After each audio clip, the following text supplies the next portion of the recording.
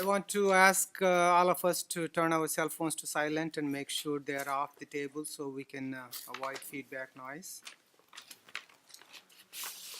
You may notice members assessing their laptops during the meeting. They are using the laptop solely to assess the board meeting materials that are in the electronic format. This is an official business meeting of the Medical Board of California. As such, disruptions of board's business will not be tolerated. We have a designated time on the agenda for public comment and ask for public comment on each agenda item. I ask that you be respectful of the need to conduct the board's business. Should anyone disrupt the meeting, I will ask the person to conduct him or herself in such a manner that permits the board to transact its business. This meeting will be available via teleconference. Individuals listening to the meeting will have an opportunity to provide public comment and will be assisted by a moderator who will be facilitating the teleconference process. For those members of the public participating via teleconference, please wait until the moderator has introduced you before you make your comments. To request to make a comment during the public comment period, press star 1. You will hear a tone indicating you are in the queue for comment. If you change your mind and do not want to make a comment, please press the pound sign. Assistant is available throughout the teleconference meeting. To request a specialist, press star 0. Each person will be limited to 3 minutes per agenda item. During agenda item 2, public comments on items not on the agenda, the board has a limited public comment period for individuals and the teleconference to 20 minutes. In addition, public comment from the individual here at the meeting also be limited to 20 minutes. Therefore, after 20 minutes, no further comments will be accepted. During the public comment on any other item, 10 minutes will be allowed for comments from individuals on the teleconference line and those in the audience. After 10 minutes, no further comments will be accepted. Business Services Office staff will be assisting me with receiving the public comments via teleconference during this meeting. The board welcomes public comment on any item on the agenda, and it is the board's intent to ask for public comment prior to the board taking an action on any agenda item. If for some reason I forget to ask for public comment on the agenda item, you wish to speak on that item, please raise your hand or come forward and you will be recognized. I would like to request all speakers to complete a presenter slip so I can call you by name at the appropriate time, and that the record of this meeting can be full and complete. However, this is voluntary. Please give the speaker slip to Ms. Toof. Where is Lisa? Okay. Ms. Toof, can you identify you did that already. I don't need to ask you. I'll do my best to call on everyone who has supplied a slip for the agenda item and recognize those who wish to make one last comment. I want to remind all speakers to please stay on the topic and keep your comments to 3 minutes or less. We plan to end meeting at 5:30 p.m. I would like to introduce Christine Lally. Yeah, there is Christine. Christine is Deputy Director of the DCA. Welcome. I'd like to call the meeting to the order and ask Ms. Toof to please call the roll call. Dr. Bolat? Present. Dr. Bishop? Here. Judge Feinstein? Present. Dr. Hawkins? Here. Dr. Kraus? Here. Ms. Lawson? Here. Dr. Levine? Here. Dr. Lewis? Present. Ms. Pines? Here. Ms. Sutton-Wills? Here. Mr. Warmoth? Here. Ms. Wright? Dr. Gonadev? Here. And Dr. Yip. Thank you. Thank you. A quorum is present. I would like to remind the members again that we'll be taking a roll call vote on all action items. Moving to agenda item 2, public comments not on the agenda. I have one speaker, Marianne Hollingsworth. Ms. Hollingsworth.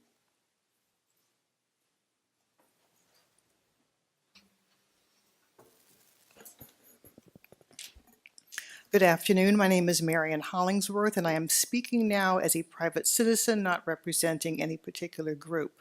I would like to address the issue of conflicts of interest in the medical board panels. I have read many panel cases and decisions over the past couple of years. In a few of those cases, there has been the appearance of a conflict of interest among some panel members. State law says members are to recuse themselves if there is such a conflict. I would like to point out to members of the medical board that it would behoove them to recuse themselves even if there is a perceived conflict, to avoid any question of impropriety. There is also the question about whether panel members should be allowed to vote even with a conflict of interest in order to maintain a quorum. Government Code 11512C states that panel members are required to vote to maintain a quorum. So even if there is an admitted or potential conflict of interest, a panel member is still required to vote. This brings up the issue of whether the member is able to be a fair, unbiased reviewer if a vote is forced. It questions whether the ultimate outcome is valid. Compare this, if you would, to a court case where a judge worked with a defendant, had business dealings with, or was related to him in any way. That judge would be required to recuse him or herself so the final ruling would be credible. That same issue should apply to the medical board, regardless of what the law states. At a time when the board is up for a sunset review, one would hope that all of its actions would be completely above board. I am suggesting that in such cases of possible conflict of interest, the medical board should have a plan in place to have a substitute from a different panel vote on a petition, kind of a switching of places, so to speak, especially when the board knows ahead of time there is a potential for a member to be absent. 11512C even states that, quote, a substitute qualified to act may be appointed by the appointing authority. This way, the question of a conflict of interest would not come into play. The ultimate ruling would be made honestly without the question of secrecy or collusion. By having a full panel without any conflicts of interest, the integrity of the medical board is maintained, the petitioner gets a completely fair review and ruling, and the safety of the public is ensured. I hope you consider this suggestion. Thank you for your time. Thank you. Any other public comment? Are there any comments on the phone? We have no questions from the phone line. Thank you. Let's move to the next agenda item, approval of the minutes from the July 28th and 29th, 2016 board meeting. Second. Any comments from the board? Any public comments from the audience? Yes, oh, I'm sorry. I do have one, I think, error in the minutes under agenda item 4, presentation on the End-of-Life Option Act. I asked Dr. Group that whether or not there were any problems that he foresees. The minutes say that he saw a problem in the Oregon Act.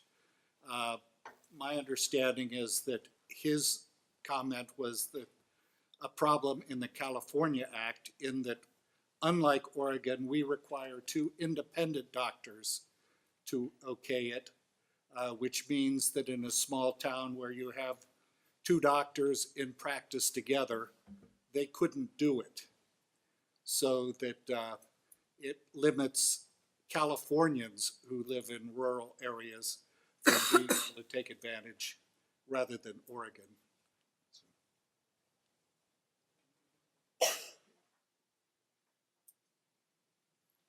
Mr. Warmotham, I'm trying to see what the minutes shows. We'll go back and look at that part and make sure that's right. I know he did talk about Oregon actually having problems with access in their state to individuals in areas. You're looking at the, just let me make sure, you're looking at page 6, paragraph number 3. Actually, no, it's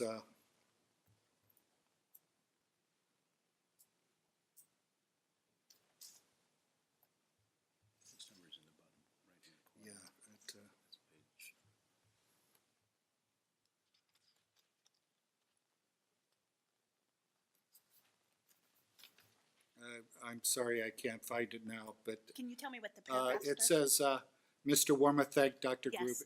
And then the next paragraph, which I guess it is on page 6, paragraph 3, I'm sorry, you're Okay, correct. we'll make sure that it's correct. So we do have a recording, so the staff will look into that and see if it is accurate and what correction need to be done. Any other comments from the board? Any public comment here? Any comments on the phone? We have no comments from the phone line. Okay, Ms. Toof, roll call, please. Dr. Bolat, Let's clarify the motion that it'll be approved with corrections if necessary upon review of the video. That's correct. Dr. Bolat? Aye. Dr. Bishop? Aye. Judge Feinstein? Aye. Dr. Hawkins? Yes. Dr. Kraus? Yes. Ms. Lawson? Aye. Dr. Levine? Aye. Dr. Lewis? Aye. Ms. Pines? Aye. Ms. Sutton Wills? Yes. Mr. Warmoth? Aye. Ms. Wright? Excuse me. Dr. Gonadev? Aye. Thank you.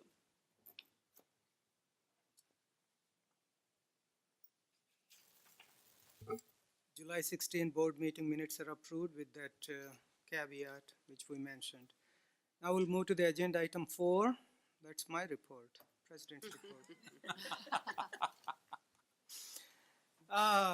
First board meeting as the president, actually, even though I chaired a couple of meetings before, but first board meeting. So I really want to thank the board for electing me as the president. And you know that I take this role very seriously, and I'll work with the staff in furthering the board's mission of consumer protection. David Serrano Civil did an excellent job over the past 2 years in leading the board through the several significant issues, and I hope I continue to do the good work where he began. In thinking about the upcoming year, there are a few issues that I want to make a priority. The first is the continued fight against the misuse and abuse of opioids, which has led to an epidemic of overdose deaths in California and the nation. While the board has done a tremendous amount of work in this area, including pursuing proactive compliance, I believe there is always more that can be done. I'll be asking the prescribing task force members to meet again prior to our January meeting for brainstorming session to look at some future steps for the board in this arena. I know the staff has been very involved in the statewide work group led by the California Department of Public Health, and I look forward to having an update at the future meeting regarding this work group and the work of the task forces that have been established within this group. As a physician, I continue to believe that a significant part of this issue is physician education, and I will assist in identifying physician groups and organizations where board can provide presentations regarding this issue, educating physicians on the board guidelines and prescribing controlled substances for pain. And I'm looking at the organizations which do this one, like CMA, or the medical staff memberships, and I actually made presentations to a couple already, and I'll continue to do that. My motto always have been, you heard me before, an ounce of prevention is much better than a pound of cure. If we can save one person by educating, that's better than just trying to punish 200 people. The other issue is the board's role is in investigating the inappropriate prescribing of psychotropic medication to foster care children. While this is a much larger issue that involves multiple state and county agencies, the board still has a role to play. The board has already begun to address this issue through its data use agreement with the California Department of Public Health, Department of Healthcare Services, and the Department of Social Services. As you will hear from Ms. Kirschmeyer, physicians who may be inappropriately prescribing to children have been identified, will be investigated as warranted. With the passage of SB 1174, the board will continue to be able to receive data from these two state agencies with the hopes that the board can ensure safe prescribing while also doing what it can to help educate physicians and assist in their willingness to provide services to this population. The issue of patient notification regarding the physicians and probation will also continue to be on the issue that the board will look into over the next several months. I have asked Ms. Kirschmeyer to set up an interested parties meeting in November or early December to discuss what patient notification could look like, taking into consideration the concerns of all interested parties. As indicated at the last meeting, the board takes this issue very seriously and will take up the other issues and ideas in the appropriate standing committees or in the Sunset Review report. Over the next several months, Ms. Pines and I will be reaching out to legislative staff and members to meet with them prior to the board's Sunset Review hearing. We want to ensure that any issues that any member may have addressed. We will be working with Ms. Kirschmeyer and Ms. Amos through this process. Ms. Pines and I had the opportunity to review the Sunset report prior to its release, and we are looking forward to the presentation of this report later today. Ms. Pines and I have had several calls with the board staff to discuss issues and projects at the board, as well as review and approve the board's agenda. We'll continue these calls to ensure board sunset report is delivered as requested on December 1, 2016. In regarding to committee assignment, a copy of the updated committee roster can be found under BRD 5-6 and 5-7. Under the next agenda item, we will be reviewing each board committee to determine if any changes need to be made. Again, I look forward to working with all of you to continue the board's important role as consumer protection as we move through the sunset and of all the other issues before the board. Thank you. Any questions or comments from the members of the board? Okay.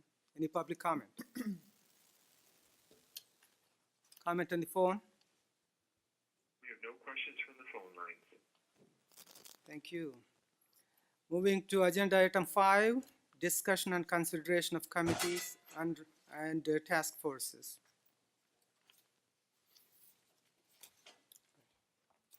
The board strategic plan states that board should review its committees, subcommittees, and task forces every 2 years to determine if any changes needed to be made.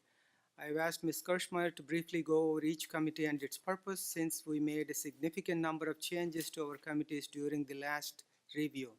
No changes may need to be made, but I would like to provide the members the opportunity to review the current committee structures. Ms. Kirschmeyer. Good afternoon, members.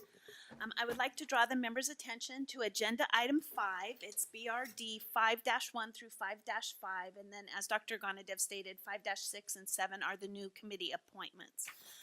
Currently, the board has 6 standing committees of the board, 1 council, and 5 2-member committees or task forces that are specific to a certain issue.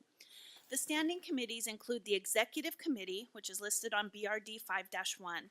The purpose of this committee is to oversee the administrative functions of the board. It is the one to receive updates to the strategic plan and to conduct the executive director evaluation. This committee can also meet as needed to review pending legislation if necessary on an emergency basis. The next standing committees are the Enforcement and Licensing Committees found on page 1 and 2. Each of these committees was established to provide expertise and advice to the staff regarding either enforcement or licensing. Each committee is also tasked with identifying improvements and efficiencies as necessary to improve each of these different processes. The Public Outreach, Education, and Wellness Committee is the last standing committee not required in law. This committee assists in the board's outreach plan by providing guidance to staff and overseeing the communication to licensees and the public regarding the board. The next 2 standing committees are actually required by law. The first is the Application Review and Special Programs Committee. This committee reviews applications for licensure and for special program applicants where the board can exercise discretion pursuant to the law. This committee provides a recommendation to the Chief of Licensing, who actually has the final authority for the applicant. The other committee is the Special Faculty Permit Review Committee, which is made up of 2 board members and a representative of each medical school in California. The committee reviews applicants pursuant to Business and Professions Code Section 2168 and provides a recommendation to the board for final approval. The Midwifery Advisory Council is also a mandatory entity, mandated entity that provides advice to the board and guides in discussions regarding the licensed midwives. This council provides recommendations to the board for final approval. Lastly, on pages 4 and 5 are the 2-member committees or task forces currently set by the board for a specific purpose. These groups include the editorial committee, who reviews the board's newsletter articles, and that is a yeoman's job, so we have to take our hats off to those members. It takes some time to do that. The Marijuana Task Force, who will be working on the board's guidelines for recommending marijuana for a medical purpose. The Prescribing Task Force, who works to identify a proactive approach to the issue of opioid misuse and abuse. The Sunset Review Task Force, who reviews the draft response report, or the draft report, and provides guidance to staff. And finally, the newest task force, which is the Midwifery Task Force, who is going to be an advisory body for staff regarding regulations pertaining to licensed midwives. In the document in front of you, it identifies the membership, responsibility, issues, and meeting schedule for each of these different committees. At this time, there is no recommendation from staff to make any changes. Each of the committees is necessary and is relevant to the current activities of the board. The staff recommendation, again, is that you do approve it as provided in the document in front of you. With that, I have any questions? Yeah. Move approval. Second. Just want to give you one comment. We did take a public member's question into consideration when I made the executive committee appointment. So we have 2 at-large members who are non-physicians. We wanted to balance it out. There was a question about too many doctors on the executive committee. So we took that into seriously.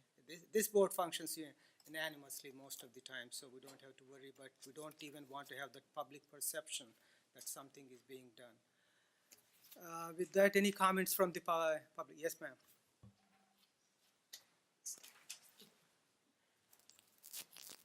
I'd just like to ask Dr. Gnanadev to speak closer into the microphone. Aging ears are having trouble. Yes, thank you, I will.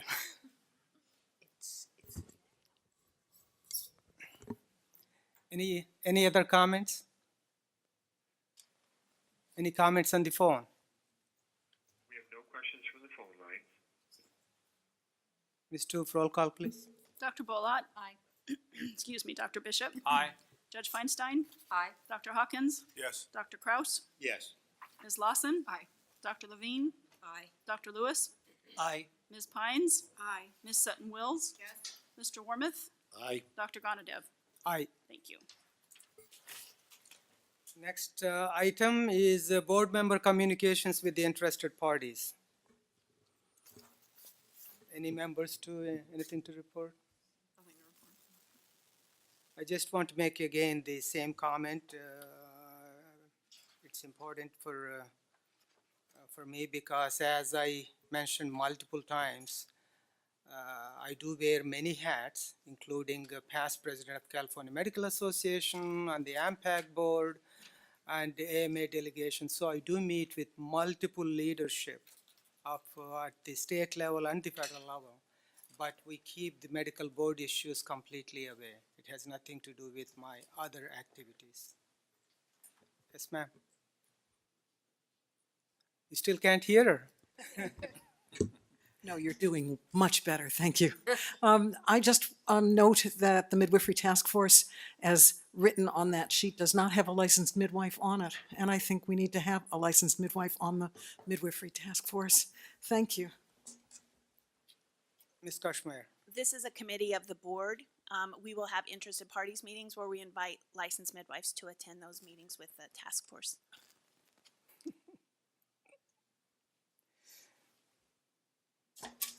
I would like to see that reconsidered. In order to have a task force addressing issues that are relevant and important to the midwives in the state of California, it is thoroughly incomplete without the voice of midwives there. Thank you. We'll take that into consideration. I'll talk to Ms. Kashmir afterwards. So did we Okay, next item is agenda item 7, executive management reports. Ms. Kirschmeyer.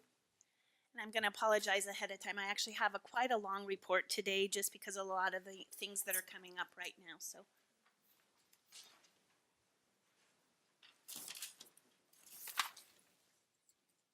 All right. As normal, I will not be going over all of the administrative summary, the enforcement program summary, or the licensing program summary unless someone has a question. Both the licensing and enforcement reports have statistics and highlights of each program in the packet in front of you. However, I do have a few items I'd like to bring to your attention. I'd first like to draw the members' attention to page BRD 7A4, which is the board's fund condition. This document includes complete repayment of the board's outstanding loans to the general fund. As this document indicates, the board's reserve is projected to be at 4.7 months at the end of this fiscal year if the loan is repaid as projected. However, if the loan is not repaid as indicated on the fund condition, on page BRD 7A5, the board will be at 3.6 months reserve at the end of this year. So the first one in your packet on page 4 is actually with all the loans repaid. The one in 5 is without any loans repaid. In addition, without the loan repayments, the board would be below its mandated level in fiscal year 17-18. With the loans, we're not expected to be below that level until fiscal year 19-20. And if you turn to page BRD 7A6, as you may remember, the board did not receive its closing documents for the fiscal year prior to our meeting that was held in July. So the document on 7A6 is the final budget for fiscal year 15-16. And it's actually very important to note that the board spent $3 million more in this fiscal year than the prior year. This increase is due to 3 significant factors. The first is we spent $1 million more in personal services. Again, this is due to a significant decrease in our vacancy rate. As you remember, over the last several times we've been reporting, our vacancy rate is at 4%, which is incredible for as many positions that we actually have. An increase in our overtime line item also. This year we actually, in our licensing, we had a lot more overtime than we've had to have in years past. And an increase in staff benefits due to the vacancy rate decrease. In addition, the board has several blankets positions, so those are positions that are actually placed in our blanket that it has filled, including the complaint investigation office. The other significant increase was in departmental pro rata, which increased $1.4 million. A large portion of this increase was due to the Breeze project, though, and some of the positions in the change when they put in a new project document. The other large increase was a $1.1 million increase in the Attorney General spending compared to the prior year. With these 3 line item increases, in addition to minor increases in other areas, again, the board spent $3 million more. The final budget in there for 15-16 is the Health Quality Investigation Unit, which is listed on page BRD 7A7. While the HQIU underspent in those personal services due to vacancies, their operating expenses were increased and therefore spending was approximately the same as the prior year. On page 7A8 is the board's budget for fiscal year 16-17. This year's budget was increased due to the increase in the AG spending due to the required reports for SB 467, the additional position in the enforcement unit, and the increase in the expert reviewer line item. So we were able to increase that line item through BCPs. The board staff will carefully review the budget this year to ensure the board is in line with its budget, and we'll continue to monitor that.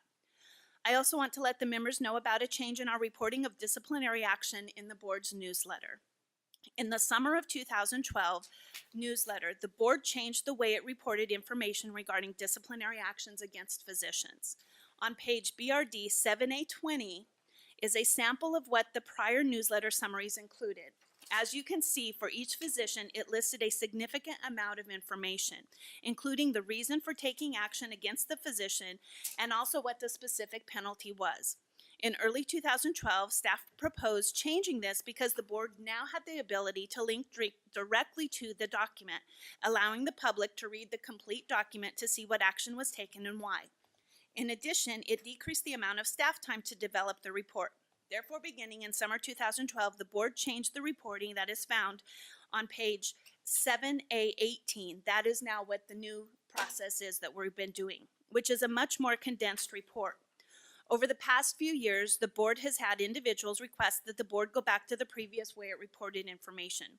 These requests have come from both the public and physicians, interestingly enough. One of the things the board heard was that physicians didn't know why individuals got into trouble and wouldn't be able to easily see where problems may arise. Therefore, the board began in the summer of 2015 to include a synopsis of what each physician did.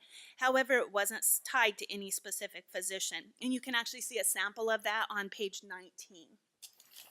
Upon further discussion with staff, interested parties, and Dr. Gonadev and Ms. Pines, we will be going back to our earlier version of reporting this information. Staff has been notified, and this new version will be included in the winter 2017 newsletter. Since the board had already begun to include the synopsis, the workload will not be too significant. In addition, this will provide information to the public and physicians that they are requesting. Are there any questions before I continue?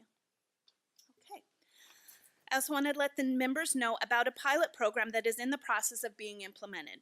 Business and Professions Code Section 853 became effective January 1st, 2003, after passage of AB 1045. This section of law implements the Licensed Physician and Dentists from Mexico pilot program. This law authorizes 30 physicians licensed in Mexico, specializing in family practice, internal medicine, pediatrics, and obstetrics and gynecology, to practice in California for 3 years. The board has to issue a 3-year license to these individuals to practice in a nonprofit community health center. The physicians must be licensed and in good standing in their specialty in Mexico and must be board certified also in Mexico. The physician must have passed the board review course, and those in family practice must also have documented 50 live births and must be in good standing with the American College of OB-GYN. The physicians must also complete a 6-month orientation program that has to be approved by the medical board. They must also participate in an adult English as a second language class and must, after receiving the license, complete 25 CME hours per year. Upon issuance of this license, the physician must also complete a 6-month externship at the health center. This externship program has to be affiliated with a medical school in good standing in California. Complaints against these physicians would follow the same process as California licensed physicians. The facilities where these physicians practice must have quality assurance protocols and either be accredited by Joint Commission or have protocols similar to those required by Joint Commission. The law further states that once the physicians have met the requirements, they can be placed in a pool of candidates to be recruited for employment by nonprofit community health centers in certain areas throughout California. There is also a requirement for this program outlined in law. The board has oversight review of both the implementation and evaluation of this program. The law also requires, though, that this program shall not be implemented until funding for this program has been received from nonprofit philanthropic entities. The board has to report to the legislature every January regarding the status of the program when it is in existence. So for the past 13 years, the board has had different discussions about this program. However, the funding has never been able to be obtained. In recent conversations, it appears this funding may be forthcoming. The interested parties wanting to establish the program have actually met with the board, the governor's office, the Department of Finance, and the Department of Consumer Affairs. At this time, the board has requested authority for a position to run this program should the funding be received. And again, it's contingent only upon that funding coming into the medical board and a fund being set up. I want to bring this to the board's attention because it is not something the current members are aware of due to the fact that this law actually passed, 14 years ago now. Should the funding be received, the board staff will begin to implement the program. The board will also have to work with a medical consultant to review the orientation and externship program. We will provide an update at the next meeting as to the status of this program. But again, I just wanted to bring this to your attention because there's been some talk in the media and there's been some questions about this program. And again, it's something that's unfamiliar with most of us because, again, it has never been implemented. So are there any questions on that? Dr. Lewis. Yes, you mentioned that the physicians that are under this program or under this B&P law are subject to discipline the same as a physician that's licensed in California, correct? That's correct. So if a physician under this program is disciplined and has a probation for 5 years, 7 years, and the program only lasts, don't they have to go back within a certain period of time, or It's only a 3-year program. So it would we'd probably be looking at that point, terminating them. Terminating The law them. also states that there has to be, that they can have individuals in the wings waiting if they terminate one of those 30 to bring someone else into the program. And you also are, I assume, going to report these types of activities or actions to the legislators in your annual report about potential disciplinary cases. Yeah, complaints would have to be something that they look at when they're doing their evaluation of the program. So I just want to make sure that we're protecting everybody with this new program, which we have no experience Yeah. yet. So, okay, thank you. Dr. Levine? So, should this happen, this gives us a rare opportunity to actually prospectively look at the kinds of data we would want to capture in order to evaluate the program. Yes. With 30 participants a year, I think we should be looking towards multiple year evaluation, not making judgments on a single year. But I think it's a great opportunity to understand and to put in place beforehand as complete data capture as we can. Right, absolutely. And the difference, just for those members, the difference between this program and having an individual come in and go through our regular licensure process is that individuals that come in right now and have to meet the requirements of licensure have to undergo 2 years of postgraduate training. And so this allows these individuals to come into California and practice in these areas without any postgraduate training in California or in the United States or Canada, which is unusual. All right, moving on. In regard to cures, as of October 15th, there were at least 74,267,000 physicians registered in Cures 2.0. In addition, there are approximately 32,000 thereabouts who are in Cures 1.0 but have not updated their information, so we can't identify whether they're a physician or a prescriber. So the number actually registered is probably more around 75,000. In addition, as stated at the last meeting, we are still working with DOJ to identify physicians who have a DEA to prescribe but are not yet registered. Once we identify those physicians, we will send emails and possibly postcards to those individuals asking them to make sure that they register. Between September 15th and October 15th, physicians requested 193,000 reports, which is a 32,000 increase from the last time I reported here at the board. I'm going to be working with staff in the Department of Justice on putting some information on the board's website regarding the usage of cures, and this is something that was brought to my attention by actually Dr. Bishop. Now that individuals are registered, we are finding that many individuals do not know how to use the system. DOJ has some tutorials and other manuals on its website, but it's difficult to find unless you know where they are. We are going to update our website to provide information on patient activity reports and the use of these reports. The board also continues to work with the University of California, Davis and DOJ on a survey regarding the Cures 2.0 system that was sent to all physicians whose licenses expire in November. The survey asks physicians on how Cures 2.0 is working for them and any problems they may have.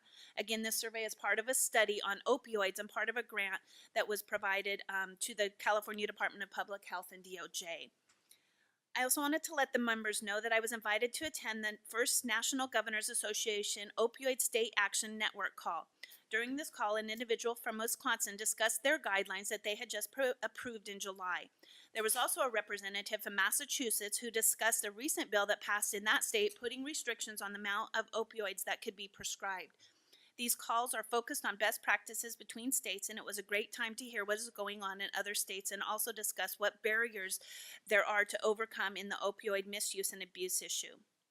Next, I would like to draw the members' attention to 7E1-3, which provides an update from the Health Professions Education Foundation and the Stephen M. Thompson Loan Repayment Program annual report. And this was something, since our two members are no longer on that organization, on that foundation, we continue to put in here. In my report, I provided an update on the issue of overprescribing psychotropic medication to foster care children. As stated, the board received the expert report from the board's expert pediatric psychiatrist who identified numerous physicians who may be overprescribing psychotropic medication. The board has now requested assistance from the Department of Social Services in obtaining the records for these patients. We will be following up next week with the department to check the status of our request. One issue that has come up is that some of the individuals may no longer be in foster care because they are over the age of 18. In those instances, the board will have to locate the individual in order to obtain authorization to receive their medical records. If the board cannot get that authorization, it would have to have enough evidence to subpoena the records. On pages BRD F1 through 11 is a portion of the Bureau of State Audit's report that was released in August on this issue. As you see on page 9, the board had 3 recommendations. On pages 10 and 11 is the board's response to those recommendations, and on page 12 and 13 is the board's 60-day response to that audit report. As you can see, 2 of the recommendations are fully implemented. Recommendation 35 is only partially implemented in that the board cannot investigate the identified physicians until we actually receive the information from the Department of Social Services and the records pertaining to these children. Finally, for the Federation update, I would like to let the members know that on September 30th, I had the opportunity to visit the USMLE headquarters in Philadelphia.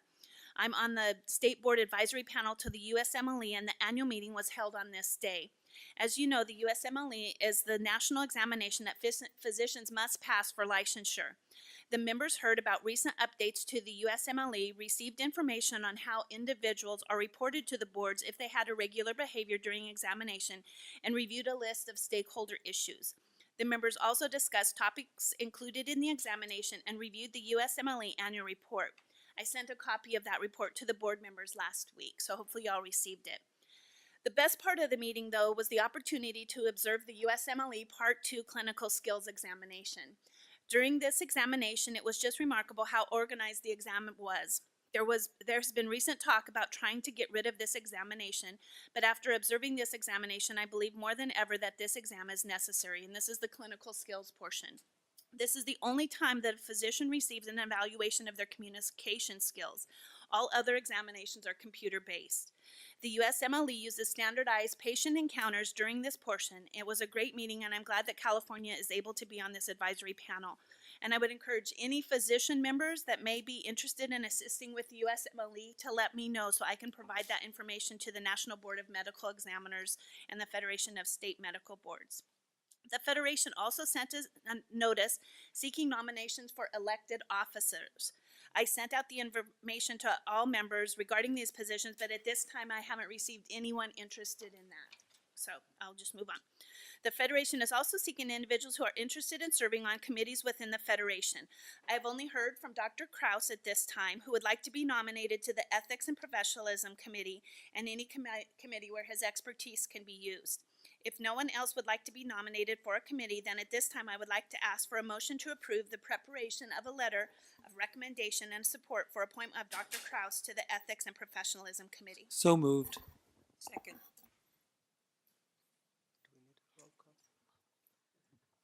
Any comments from the board? Any public comments? Any comments from on the phone? We have no questions on the phone line. Roll call, please. Kim, I think you got to do. All right. Dr. Balat? Aye. Dr. Bishop? Aye. Judge Feinstein? Aye. Dr. Hawkins? Yes. Dr. Kraus? Yes. Ms. Lawson? Yes. Dr. Levine? Aye. Dr. Lewis? Aye. Ms. Pines? Aye. Ms. Sutton-Wills? Yes. Mr. Warmoth? Aye. Dr. Gonadeb? Aye. Thank you. And then lastly, before concluding my report, I would also like to announce some retirements.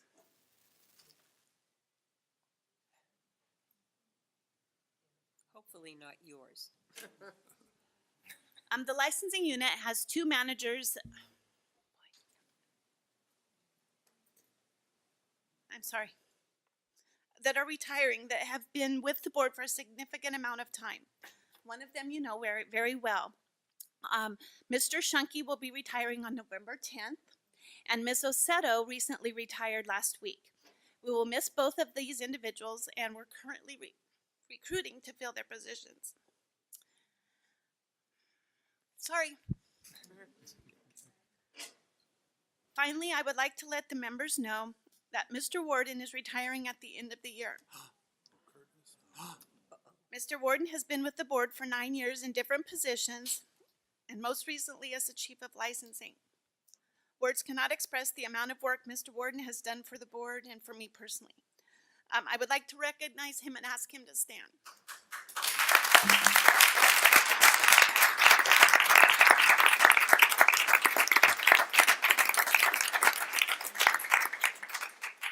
And with that, that concludes my report. I'm sorry, it's long. Thank you, Kim. And I was about to say, when you mentioned retirements, I said, I was about to say, Kurt, you're not going to retire before I get out of this board. So it's sorry to hear that. I tell you that I haven't met more passionate person than Mr. Warden when it comes to licensing. He knows exactly what's going on, and any young people who has some struggle, we can pick up the phone and call Mr. Warden, and he actually will look into, and he was always very helpful. So at the end of the year, next year, right, Kurt? Is that what it is? Yeah, that sounds like right. Any questions for Ms. Kashmir from the board? I just want to, may I talk to Kim, public comment. I think I'm a little concerned about the budget expenses going up. I think we need to seriously look at with some of the changes we did. It looks like the steepness of the curve where the expense is going up is really steep. And we can't sustain if we do that way. I think it will level off. I think this was just a large jump because everything kind of hit at one time. Okay, any public comment? I have multiple ones. Lisa McGifford, Mr. McGifford.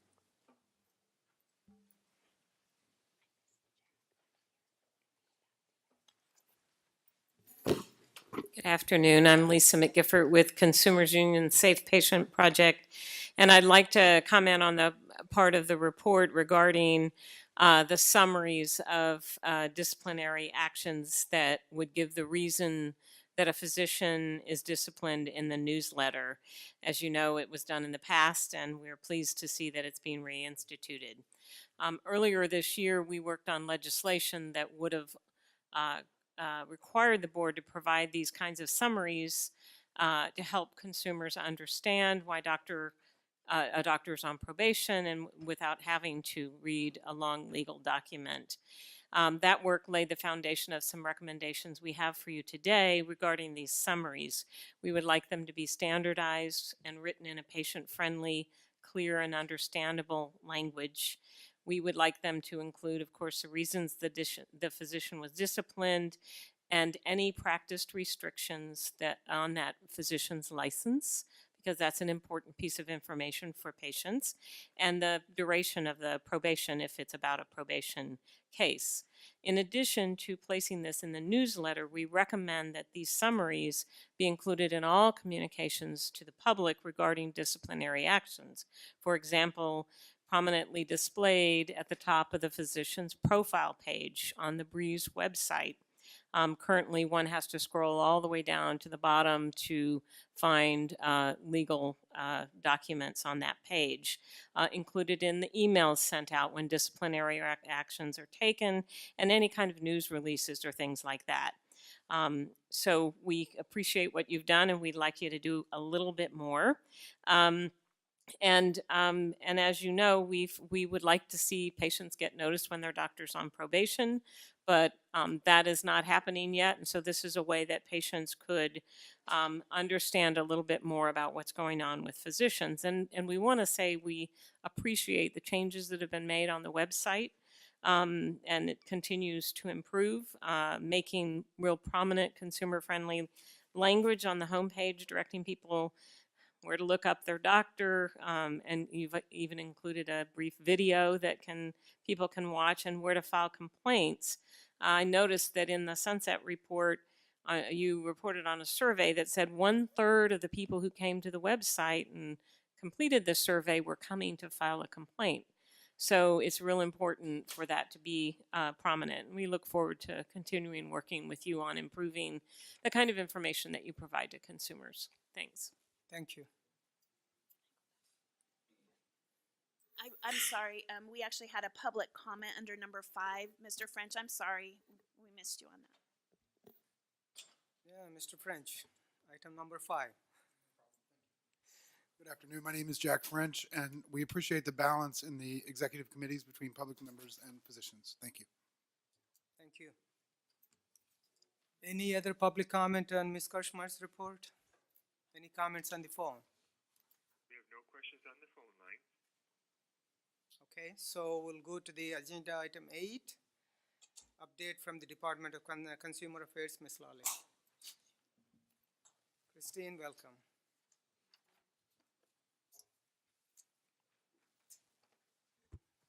Good afternoon, President and members. Always a pleasure to be with you. Christine Lally from the Department of Consumer Affairs, Deputy Director for Board and Bureau Relations. Wanted to start with an update from our directors meeting that we had with our board presidents and executive officers on September 7th. The purpose of these meetings is to update board leadership on the department's activities, as well as share important information and answer questions. Several items contained in my update today will go over key items that we shared with the programs at this September meeting. First, wanted to update the board on one change to our executive team since I was with you at the July board meeting. In May, DCA's Assistant Chief Counsel, Tamara Colson, was appointed as the Assistant Chief Counsel of the Bureau of Medical Cannabis Regulation. Then in August, Governor Brown appointed Ryan Marcroft, who previously served as a Deputy Attorney General at the California Department of Justice. And Ryan replaced Ms. Colson, and we're very happy to have him on board. He's wonderful. Hopefully Carrie agrees. Also wanted to update the board on a recent change to regulations. Review and approval, as you may know, of a fiscal impact statement is required for all proposed regulations prior to submission of a notice of proposed action to the Office of Administrative Law. Since 2009, the Business Consumer Services and Housing Agency has waived this requirement for the boards within the Department of Consumer Affairs. Given an increase in the number of rulemaking packages disapproved by OAL, citing issues of clarity and necessity, our agency has decided to rescind this waiver, and this became effective September 7th. And we did cover this in great detail at our meeting with the executive officers and board presidents. Therefore, prior to noticing any approved regulatory packages to OAL, all DCA boards must first submit them to the department and agency for review and approval. Rulemaking packages should be submitted to Department of Consumer Affairs Legislative and Regulatory Review Unit. We're definitely committed to ensuring this remains a timely process, because we know that additional review, although it has its benefits, can add a little bit of time. We want to make sure that this is a smooth transition for all the boards. So if there's any questions from your executive director or president, please let us know, and we can work with Adam Quinones is the lead on this. He's our Deputy Director for Legislation. Next, wanted to touch briefly on North Carolina case legislation, SB 1194. As you may be aware, SB 1194 was sponsored by Senator Hill, the chair of the Senate Business Professions and Economic Development Committee. This specific legislation contains several provisions to address the antitrust issues presented by the North Carolina Board of Dental Examiners versus Federal Trade Commission U.S. Supreme Court decision that came out in February 2015. The department worked with the Senate B&P committee and various stakeholders to clarify the proposed regulation review process that the department director is involved in. At the Assembly Committee hearing on August 25th, Senator Hill decided to pull this bill from consideration this legislative session. Senator Hill indicated that he would like to convene additional stakeholder discussions to address some concerns raised during this committee hearing. So we'll definitely keep you updated as the legislation gets going again next year. Next, wanted to touch on the Little Hoover Commission, which I'm sure you have heard a little bit about. On October 4th, the Little Hoover Commission released its report, Jobs for Californians, Strategies to Ease Occupational Licensing Barriers. The Commission's report calls for a comprehensive review of the state occupational licensing system, asserting that it increasingly stands in the way of employment and upward mobility, especially for former criminal offenders, veterans, military spouses, and those who are foreign trained and educated. The issue of reciprocity, that is to say, issuing a license to an applicant licensed in another state, is also addressed in the report. Our director, Awit Kadani, recently issued a memo to all of the boards and bureaus regarding the report and provided a copy. He also requested feedback from boards and executive officers, and if you could provide that to us by November 1st. Next, wanted to touch briefly on Sunset Review, which is a hot topic in this room today. On July 13th, the department held its first annual Sunset Review briefing with boards scheduled to go under review next year. This briefing focused on reviewing the Sunset Review timelines as well as the report template provided by the BMP committees. The intent of these briefings is to assist boards with understanding the Sunset Review requirements, provide guidance from executive officers that have already gone through the process, and make the boards aware of all of the resources available at the department, such as legislative and budget offices, to assist with completing the report. And thank you, Kim, for joining us that day. It ended up being a really good training. This morning in Sacramento, the department hosted its annual distributed costs review and open house for executive officers, bureau chiefs, and board presidents. All programs received an overview of the department's budgeting process and pro rata cost distribution. Following the presentations, we hosted an open house where attendees had the opportunity to visit with the department's individual units in order to learn more about the services we provide, as well as meet the individual managers running those units. At today's meeting, the department provided attendees with an updated version of our guide called Distributed Costs and Services, which outlines the budget process, how our costs are distributed to the boards, and the services provided by the department.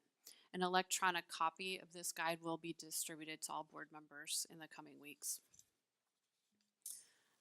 Wanted to just remind board members, we have our final board member orientation training. You're required to take this training, favorite topic, and Dr. Levine just attended it, thank you. We have our final one coming up on November 16th in Sacramento. So if you are in need of that training, please join us on the 16th, and then most likely our first board member orientation training of the new year will be held in March. But we have our last one coming up, so if you need it, come and join us. Wanted to also update you on the Breeze system. There are 2 upcoming Breeze software releases, and those are coming up November 16th and January 11th of 2017 of the new year. These updates will implement requested system changes by the medical board. And since January 1st of this year, 68 medical board system change requests have been resolved, with an additional 6 set for resolution, with the software releases scheduled to be deployed in November. As of October 14th, there are 61 outstanding requests from the board for system changes that are not yet scheduled for resolution in an upcoming software release. Additionally, our Office of Information Services, that's our IT department at the Department of Consumer Affairs, is working with the State Department of Technology to migrate email services to an Office 365 model. The current platform will be retired in October 2017, so a year from now. The new model includes enhanced features, including increased inbox storage and some social networking to allow collaboration across different departments. Wanted to touch base too this afternoon on DCA's organizational planning and training, which is a really, I think, one of our strongest services and units at the department. You may know it as, it's called SOLID. The department's SOLID Training and Planning Solutions unit is dedicated to organizational development and offers a wide array of services to our boards and bureaus. On September 28th, we sponsored the third SOLID Brown Bag Gathering for our executive officers and bureau chiefs. On this agenda, there was an overview of psychological safe workplaces, building a work philosophy. We also hosted a peer panel and did an update on the Future Leadership Development Program. I had the pleasure of serving on the peer panel with your executive director as well as the executive officer of the Pharmacy Board and State Contractors Licensing Board. And we had a great discussion and had some very interesting questions from other executive officers. So thank you again, Kim, for your always willingness to help your peers. Really, really helpful. And finally, the department is developing a new strategic plan for years 2017 to 2019. And one of the components of this strategic planning process is a survey of our stakeholders. This survey will be distributed to stakeholders, including board members, by next month. We really appreciate your feedback, and it's vital to assist us in improving the department's services. So when you get that email, if there's others that you don't want to open, please open that one, because we really need to hear from the people that we serve, and that's our board members, executive officers, and employees. So, and with that, that concludes my update. Thank you. Thank you, Ms. Lally. With the review by the DCA on regulations, our board comes up with, I gather that's a free service. You're not going to charge us for anything? Oh, yes, that's part of the pro rata services, correct. You've Yeah, already paid. we think that we're already paying too much anyway, so I just want to make sure that we're not paying any more. No. And as far as the Little Hoover Commission, I want you to inform them that with 135,000 licensees, 1 out of every 8 doctors in the country has state of California license. So we're not obstructing, we're just trying to protect the consumer. So we just want to make sure that it's balancing act. We don't have that issue about not letting qualified people in. Any questions to Ms. Lally from board members? Dr. Levine and then Dr. Bishop. 2 comments. The first, while you're right, the notion of mandated training is always a source of grumbling. But I have to say that I attended one this fall, and it was actually excellent, a world different than the last time I attended. Happy to hear that. Good. Yeah, and saw some materials that we talked about that I think extremely well done, that would be very helpful to the general public as well as to our licensees about exactly what the Department of Consumer Affairs is. And you talked about potentially making that available on the website. Correct. Really well done materials. My second comment, and I'm raising it here because Kim's tired of me talking to her about it, is that I think going forward, the medical board has decades of information about disciplinary actions that, were that available in a queryable form, it would enable the board and the state to do some predictive work about individuals who come before the board at the time of licensure, relicensure, and at any time of disciplinary action. And our current system of both data capture and what we can extract, the data capture elements that are entered now are just not sufficient to do a good job of this. And so while I understand that no system is perfect, and Bree certainly has its limits. I think on a long-term basis, looking into how we could merge the data that we know is there into a system that would actually enable predictive analytics about identifying physicians for whom an intervention, a preventive intervention, might make a difference in their career and the safety of their practice. And I realize this isn't a 2016, 2017 issue, but from a systems perspective, I think it's well worth laying out a plan to actually get there someday. I will definitely bring that back to our IT group, and I know you have a wonderful IT team at the board, so that I think that's something they could look into for sure. Scope out. Mhm. Thanks. Thank you. Dr. Bishop. Yes, a question, and also ask the other board members. I recently received a couple emails about Form 700. Is that going out to everybody now, or is that something new? Are we doing that again already? I'm not, maybe we could talk offline about the Okay. email that you received, but in terms of the Form 700 system, we migrated to an online Right. system at the beginning of this year. So, Yeah, we'll talk offline. yeah, so as long as you, which I'm aware that you did file on April 1st, the annual filing. If you have your login and password, you should be good to go for the next one next April, but we could definitely work on that. I'm not aware of any emails that went out. I think we all got them. Oh, you did? There were, and then there were multiple, right? Yeah. There Oh. was an email and a retraction and a clarification. It seems serious. It said an Okay. account has been set up for you. Oh, Right. Which I thought we did last year. yeah. Well, now I know. Thank you. Form 700. Thank you, Dr. One Bishop. advantage of me Who's is the not return even address? looking at some of those emails. Any questions, any other questions?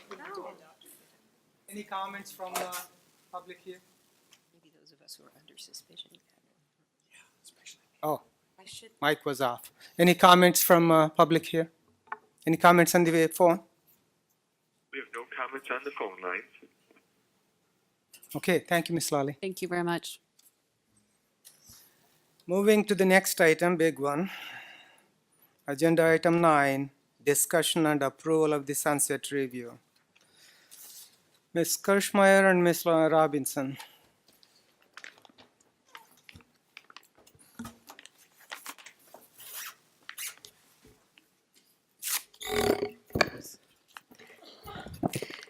Good afternoon, President and members. Please turn to Agenda Item 9 for the Board's Draft Sunset Review Report. At the July Board meeting, Ms. Kirkmeyer provided a detailed overview of the Sunset Review process. Board staff from all departments completed their sections of the report. The report was then reviewed and approved by Dr. Gonadev and Ms. Pines. We are now ready to present the draft report and seek your input. Once this draft report is approved with suggested amendments, board staff will finalize the document prior to submission to the legislature by December 1st. This report will serve as a basis for the background paper legislative staff will prepare. A sunset oversight review hearing will be held in early 2017. A few things to note about the report. It has 4 parts and attachments. Part 1 provides information on physicians and makes up most of the written report. Parts 2, 3, and 4 are comprised of other allied health professions. It is organized according to the 12 subject categories of questions provided in the Sunset Review survey document prepared by the Senate Committee on Business Professions and Economic Development. This report is written in narrative form, so the questions are not included. Section 12, Attachment E, contains a copy of the Sunset Review questions. In addition to providing the requested attachments in Section 12, supplementary attachments have been included as specified throughout the report. The report contains various data charts. However, the data charts may not match the Department of Consumer Affairs or the board's annual report data due to the methodology used in getting the information and due to further verification of statistics. I will go over the report by each section, giving you some highlights, and ask if you have any questions, comments, or suggest any changes. Beginning with Part 1, Physicians.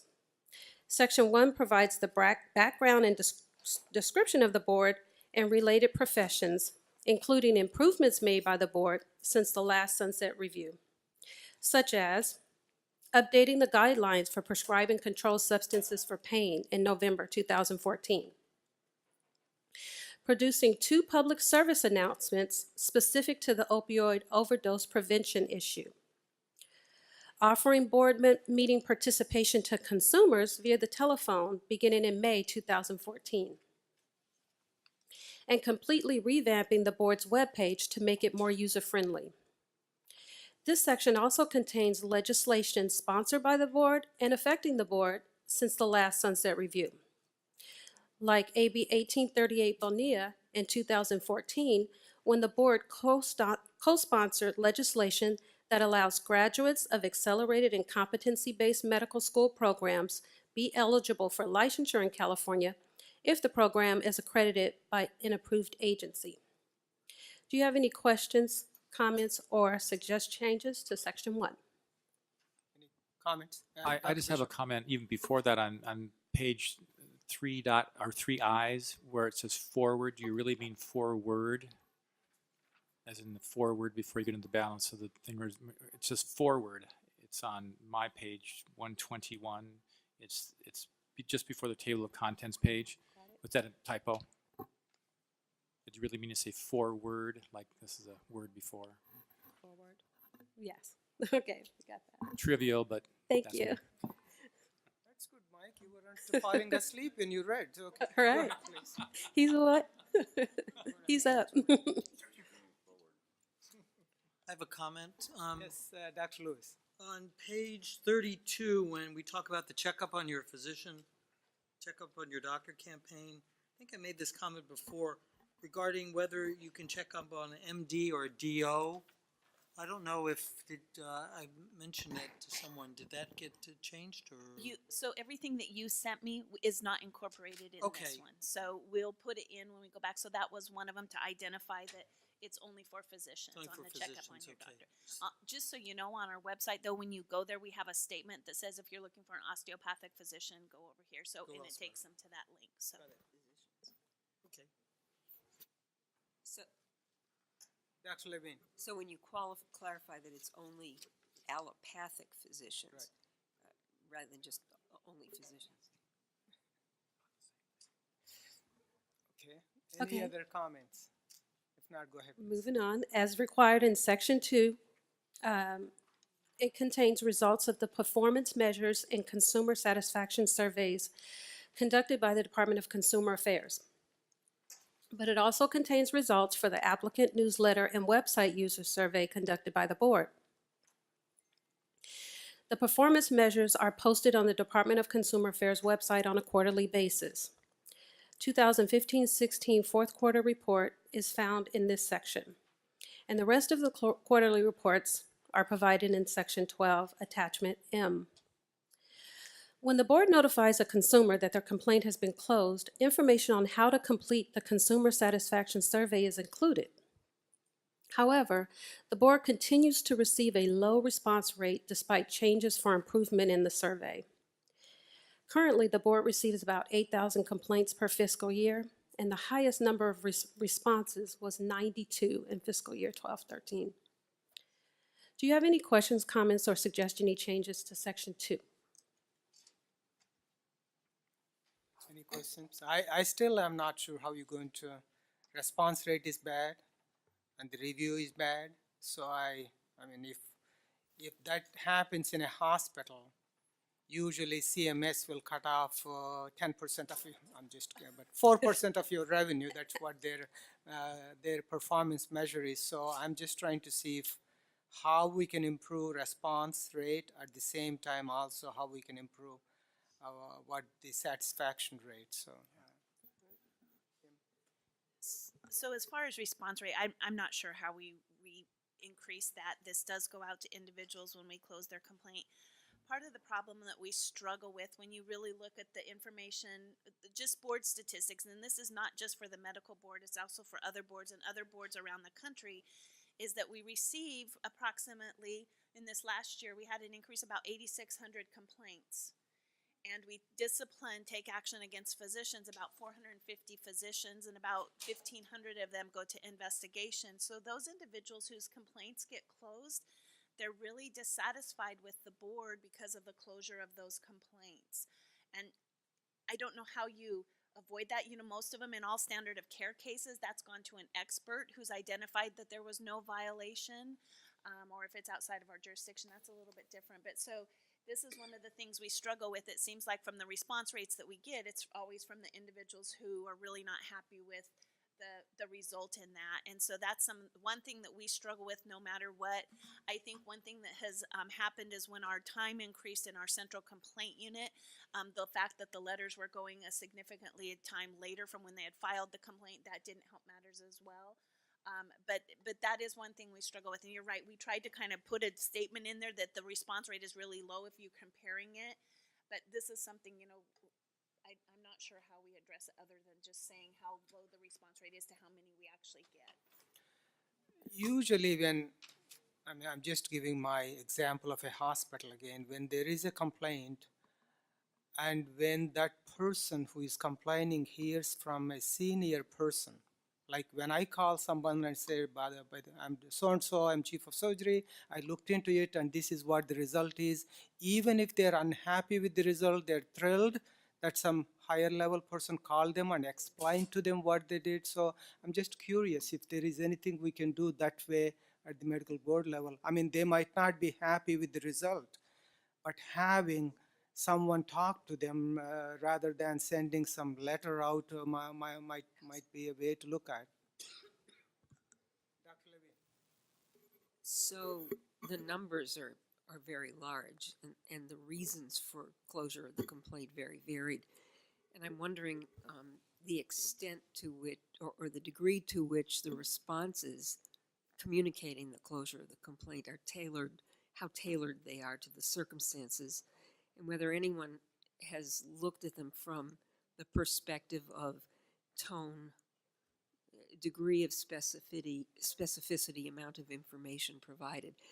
I'm not sure it'd be practical for somebody to call 8,000 people, but a form letter with, you know, quite honestly, statutorily dictated, I don't know if that's the case, language, you know, it certainly, you know, we deal with that in a lot of areas of our lives, whether there's some way of making someone feel like at least they were heard through a formal communication. And that's one thing we've changed a little bit with Ms. Delp's help, are the letters that go back to them, especially if they had a really in-depth standard of care issue. We've gotten to where now we're using the medical consultant report that comes to us to help write those letters. But those are on those ones that go to a standard of care review. Correct, Christina? Yeah. And so we're looking at those, but I think it's always something, and maybe that's something we could do as a subcommittee of the enforcement committee actually is looking at, hey, maybe you can have a couple members come in and look at our closure letters and identify, you know, is this something you would like to get? You know, maybe we can, you know, look at some consumer input too. Dr. Bishop. I think it's pretty well known that people are much more likely to respond negatively when they're unhappy than to respond positively when they are happy. So I might suggest, just in terms of spin on this, to the legislature to point out there aren't very many people responding, so there must be a lot more happy people out there than unhappy.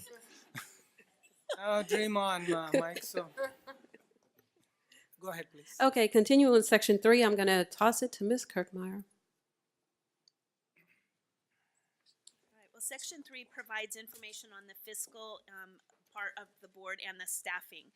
So just in pointing out a couple things again, as I stated in my report, the board's current reserve will be at 3.6 months reserve, which is below our statutory requirement at the end of this fiscal year of spending as it currently is. This section also, you'll find the expenditures by program component as well as the budget distribution and revenue and reimbursements. There's also information in this section on staffing issues, including vacancy rates, reclassification. And the one thing we really tried to stress in this section is the big press that we've really pushed with the assistance of our deputy director in staff development. And that's something we've really pushed, just providing them more training and providing them with other opportunities for learning aspects, including how to fill out a application, how to do a duty statement, and things like that. So we've kind of beefed up that section. So with that, are there any questions, suggestions, or changes to section 3? Okay, go ahead. Who has section 4? Okay, I'll take it back. Section 4 is comprised of the licensing program information and data. This section primarily has information on physicians, but it also discusses information about fictitious name permits, special faculty permits, medical assistants, outpatient surgery setting accreditation, and specialty board certification. With regard to physicians, the board is currently meeting its mandate of informing an applicant within 60 working days of receipt of an application whether that application is complete. Total active licensed physicians has increased from about 135,000 in fiscal year 12-13 to about 142,000 in fiscal year 15-16. This section discusses cycle times, timeframes for application review and licensing, as well as performance barriers and improvements made to the licensing program. School approval process and continuing medical education requirements are also discussed. Do you have any questions, comments, or suggested changes for section 4?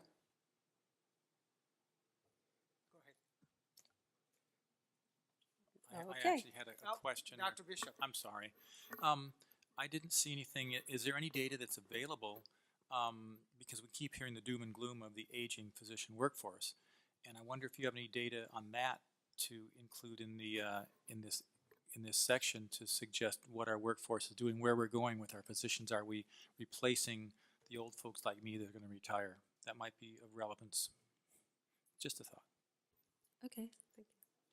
I just have a clarification question. Dr. Bishop, are you like asking for maybe a breakdown by age, which in aggregate form is okay, of our physician population? It might That be a it great might be an chart to have. interesting thing just to show where our physicians are, because every article I read nowadays says physicians are burning out and retiring earlier, and we're losing physicians at least as fast as if not faster than we're replacing them, which might be of some relevance. Perfect. Great, thank you. Section 5 is comprised of the enforcement program information and data.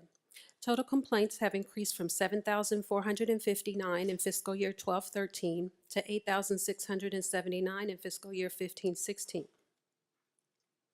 Some notable statistics for the board for the last 3 years include filing 960 accusations and/or petitions to revoke probation, obtaining 211 suspension restriction orders, revoking or accepting the surrender of 394 licenses, and placing 441 licensees on probation. Further, the cease practice orders for the first quarter 16-17 already is at 13. This matches the total from fiscal year 15-16. Other noteworthy is the training that enforcement has been doing. Most recently, 2 weeks ago in San Francisco, they held an expert reviewer training. They have also accomplished their goal of administrative law judge training. Some of the topics discussed in the enforcement section is performance targets and expectations, citation and fines, mandatory reporting, and the proactive approach. Do you have any questions, comments, or suggest any changes to section 5? Go ahead.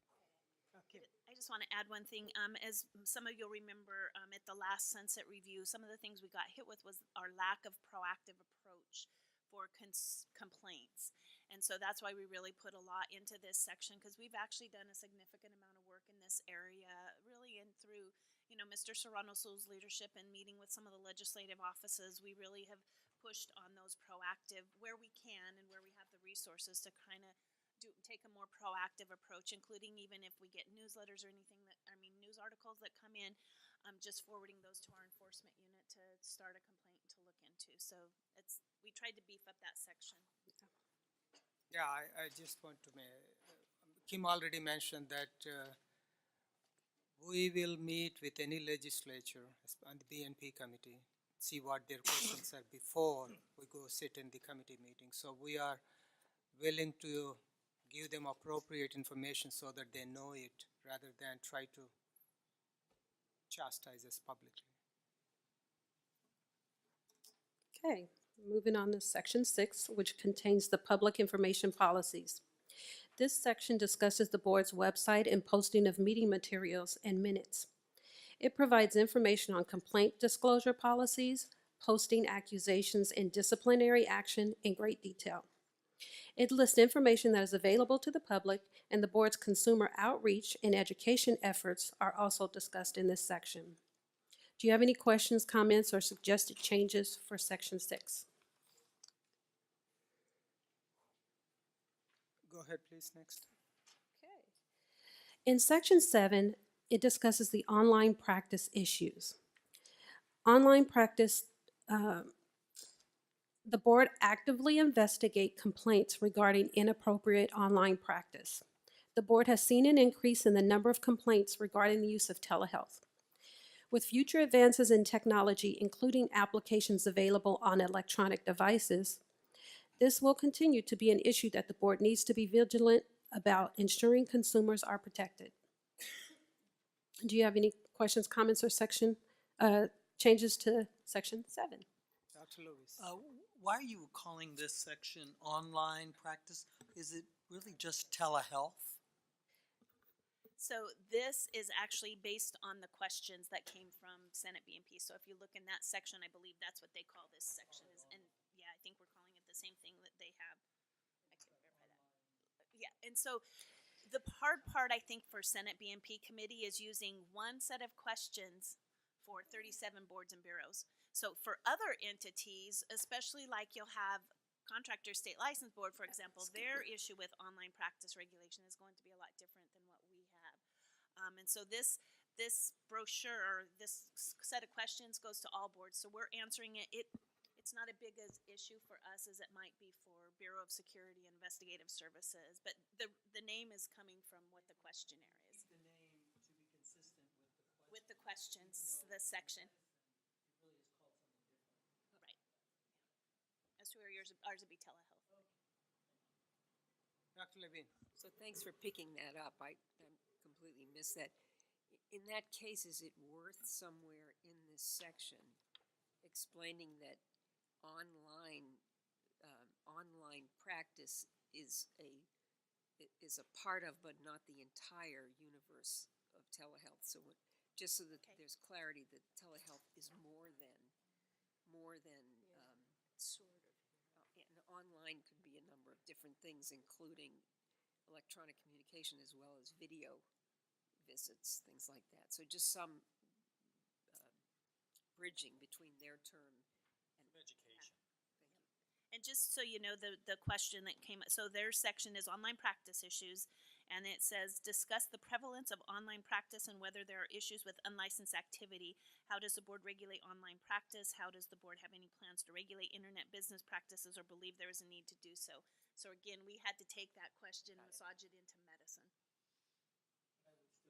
Yeah, we can identify.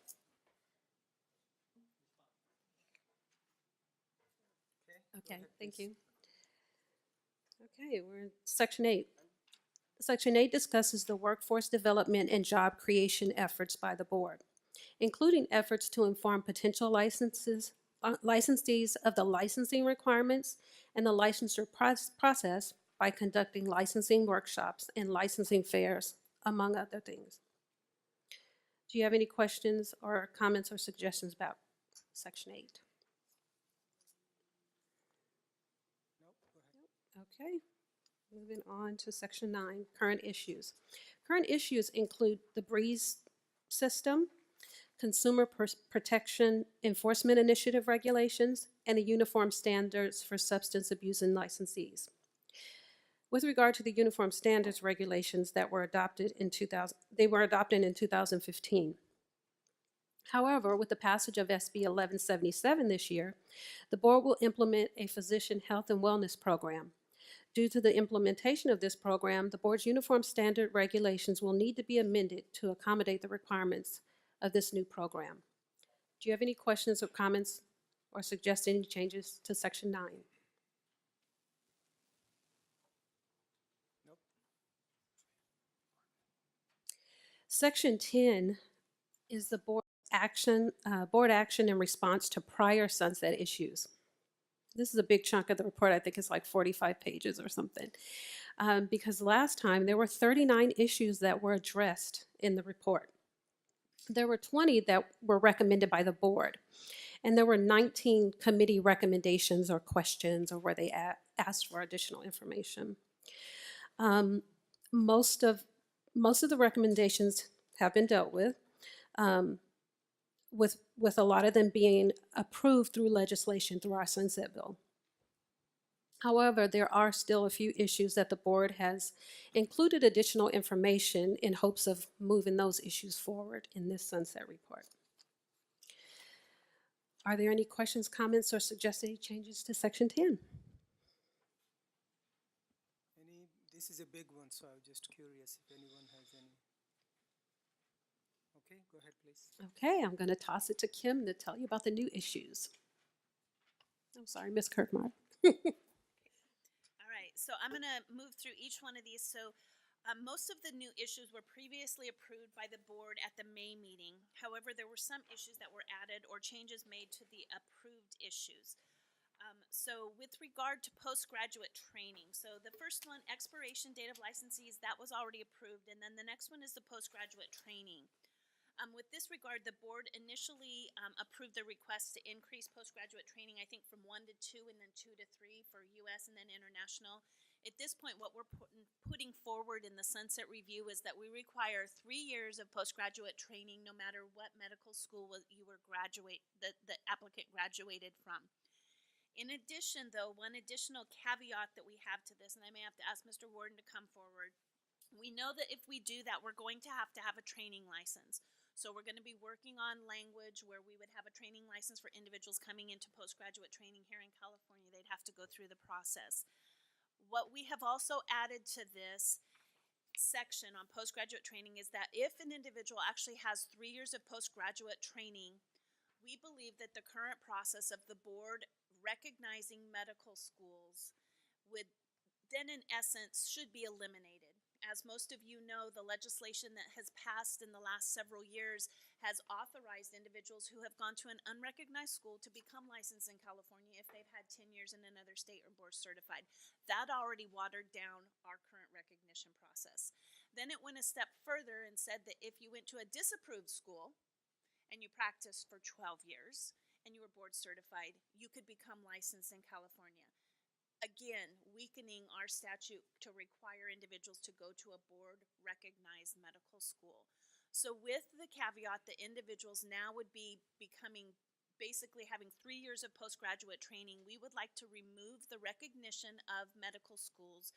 We would use the World Directory that's from the ECFMG for medical schools that are outside of the United States. They also have an in-depth school recognition process that they're working on, correct, Mr. Warden? What year do they think it's going to be?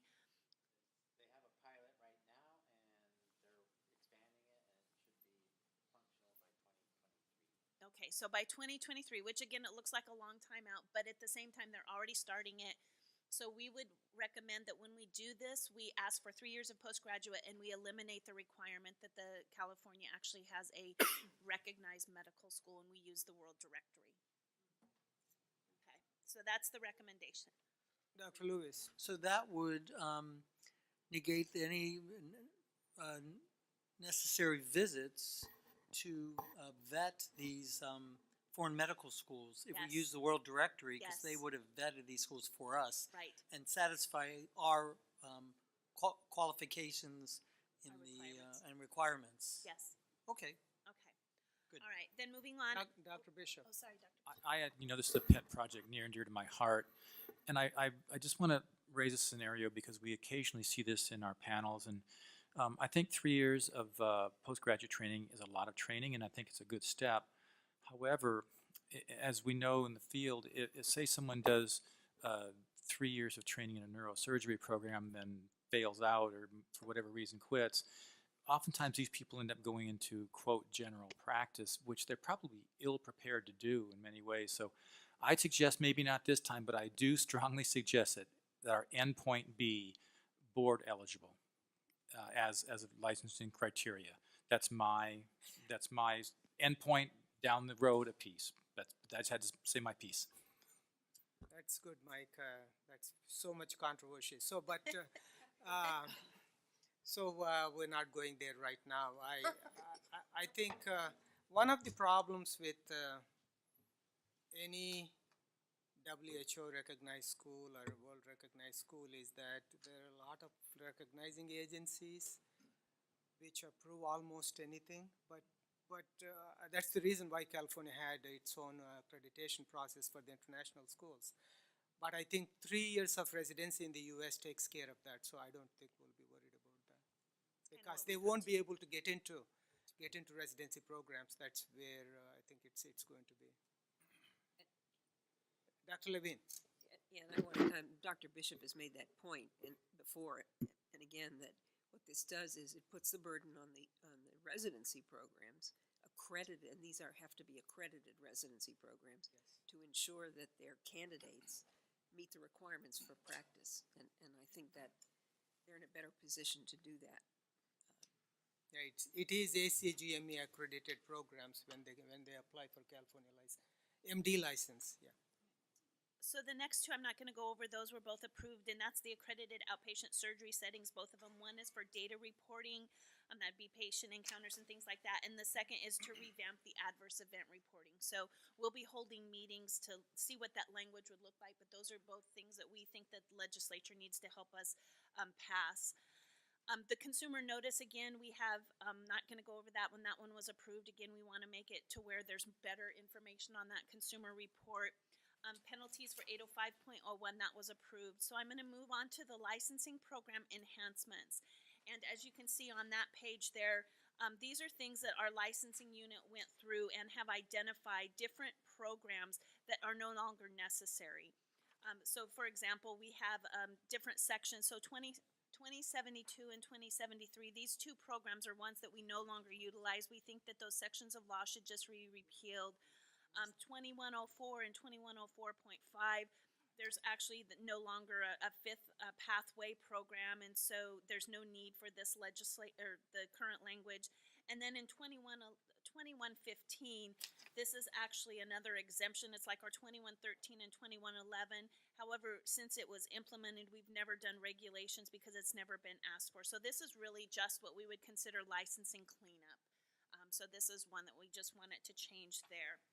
The next one, though, is one that actually wasn't brought to the board, and this is one where we're coming to the board to ask for your approval for this one. So this is when an individual, this is a physician re-entry at initial licensure. So this would be an individual who's either coming to California to become initially licensed, who's been out of practice.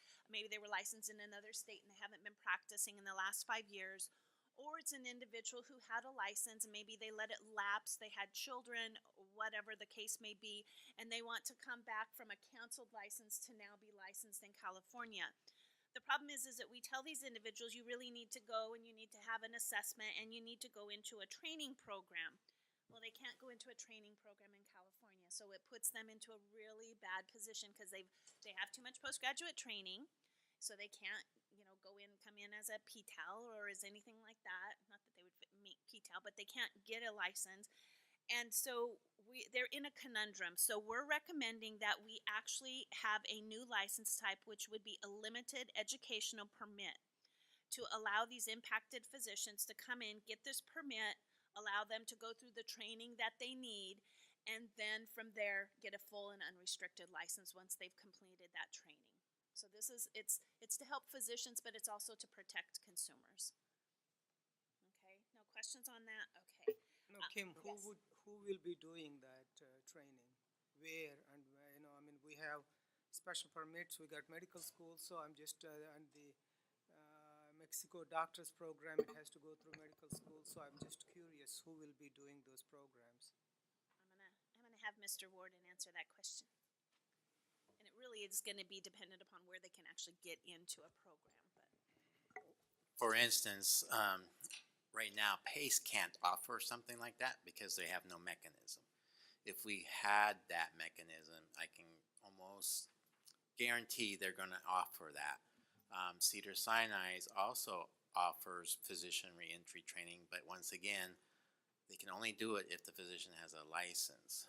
And so that poses a problem, and because we can't give them a license. And then when we've, in the past, if you try to they won't be able to get into a residency program because residency programs won't take them. So something that is very similar to this is done in Texas, and it's done by the K-Star group. And they have a limited, what they call a mini residency at the one medical school hospital, at a specific hospital, and then they reevaluate them at that point. And so when they go through, so it'd be something set up that where I can see this being a system where it's limited to certain teaching hospitals that get approval to do that for that specific person. You'd want to ensure that they have the proper training staff to do the training and oversight, because they're going to need the oversight to actually do it. And the idea is there's only one place in the United States that can do that, and that's in Texas. And we need one in California. So, Mr. Warden, so did Texas get permission from the ACGME? They can do that? Is that I'm just? It's curious. not an ACGME No, no, program, but it's somehow it works for them.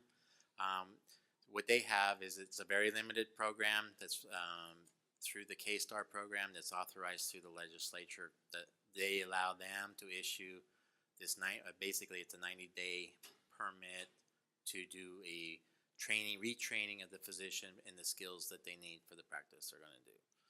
So it's like a learner's permit. Right. Yeah, but actually ACGME discourages any kind of non-ACGME accredited fellowships, quote unquote, in an ACGME accredited institution. So I'm just curious, did they apply for, or how does that happen? I don't know. I mean, I'd have to check on that for you, but it's done with one of the medical schools overseeing it, and then but I don't know how they got around your ACGME question. I mean, so. I think we should get the details. I think it's a great idea. I mean, remember that one of our problems is many times PACE can take care of cognitive skills. PACE cannot take care of any kind of technical skills. So we need a program where you can put these people through maybe 6 months of training again, relearning skills, we call it, not just learning from the books and taking an exam. So I'm just curious if that is, it's a great idea. Just we need to make sure all the requirements are met, including American Board of Medical Specialties, ACGME, and us, Medical Board of California. Right. It's something that is needed, not just, but here, like I said, Cedars-Sinai does a reentry program, but the physicians have to have a license, and some of them have a license that just want to be refreshed, but those who let their licenses expire, they don't get to take advantage of it. So. And again, it's because they can't do hands-on patient care without having some type of license. So we'd have to put some controls around it to where obviously they'd have to have proctoring, over-the-shoulder proctoring. Right. We're not talking about like a practice monitor that checks things. We're talking about proctoring and walking right alongside those individuals. Basically similar to residency. Similar to residency or one of our special programs that we operate, basically, where we've inspected the facility, ensured they have the proper supervision. We have a couple of hospitals who do that, who have ACGME programs, but they have these also. So.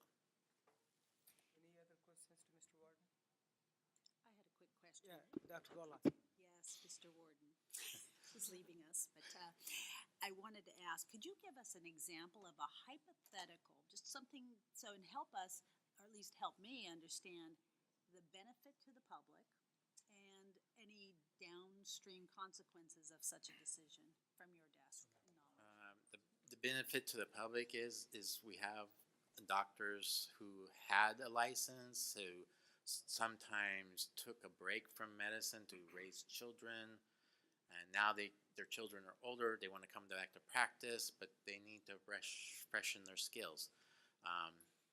They might have been out of practice 5, 6, 8 years, and they want to come back, but we have no way of bringing them back because we can only get them into an evaluation. So the only way that that physician could actually get the skills back is to go to Texas. And that's, there's several physician evaluation programs out there like PACE and CPEP, but only one of them offers the hands-on skills in an actual setting where they can actually see them in an actual day-to-day practice. To me, that's a benefit because we've had that happen where we've had applicants who did try to raise they did raise their children for a while and wanted to come back to practice, and they couldn't. And then when they try to find some place that they can think that will let them work, the only way they can't get in because they don't have a license, or the only other option we have is a probation license, which is not the right way to go for these individuals. So they didn't do anything wrong.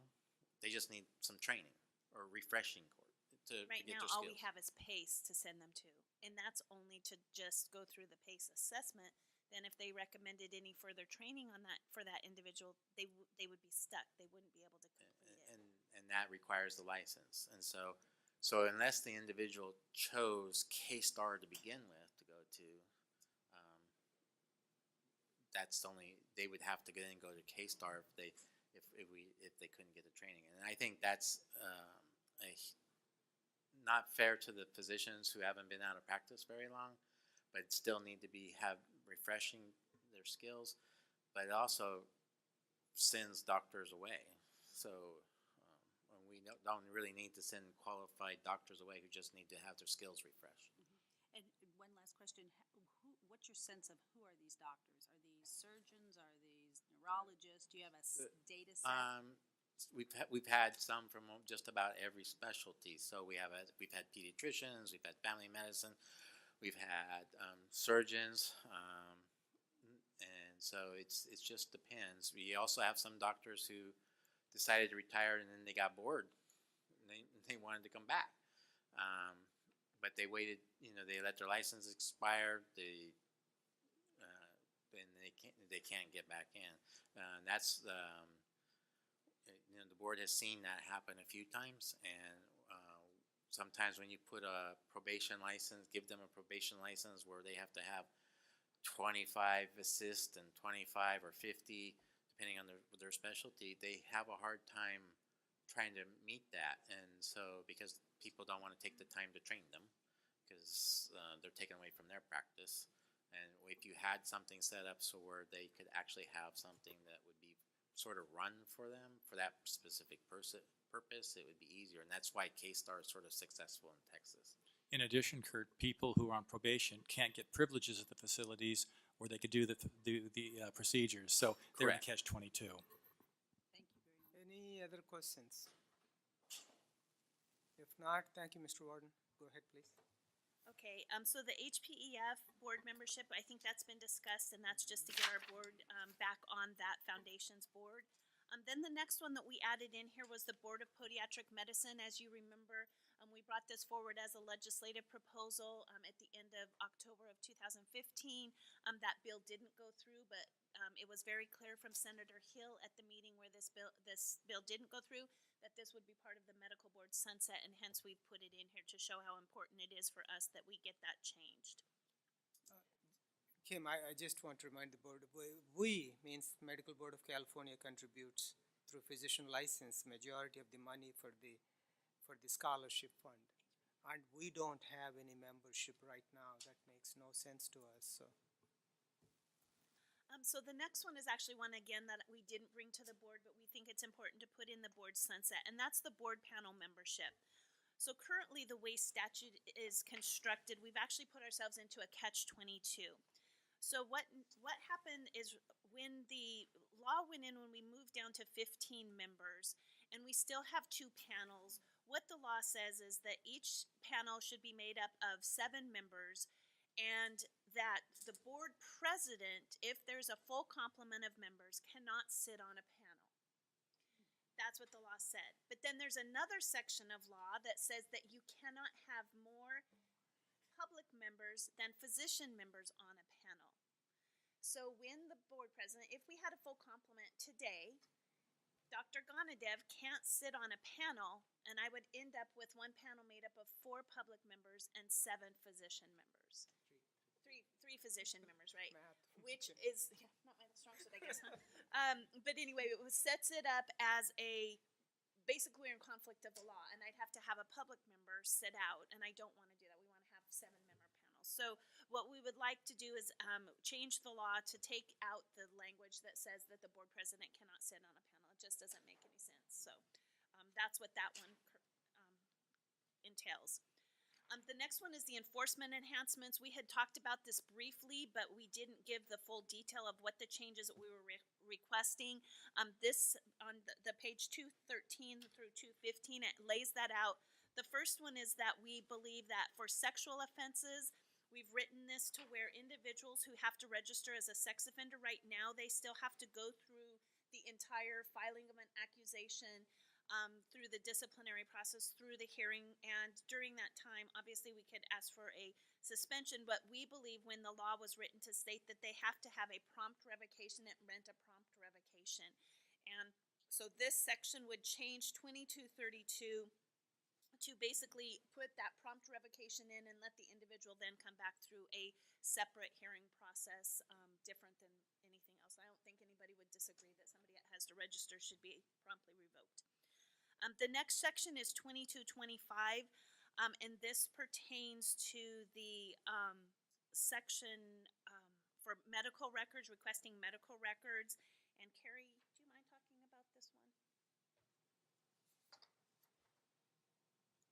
And this is because of a recent case, so we want to make sure our bases are covered. Yeah, this was prompted because of a recent case where a patient made a complaint and authorized the board to obtain records, and the physician may have had some influence over the patient, suggesting that he would not continue to provide care and treatment and medication, and the patient withdrew the authorization.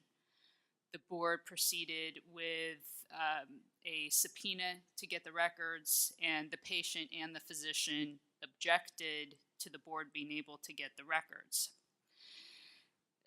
The AG's office took a subpoena enforcement action, and the trial court said that the physician needed to turn over the records, and the physician took it up on appeal. And the appellate court said that because this physician was a psychiatrist, that psychiatrist, psychologist, patient privilege trumped the board's ability to get the records where the patient objected. And so it was very troubling. Luckily, there was a way to maneuver around this. The physician surrendered his license because of a different action. The matter became moot. And so the AG's office was able to get the appellate court to just dismiss the appeal as moot following a reconsideration.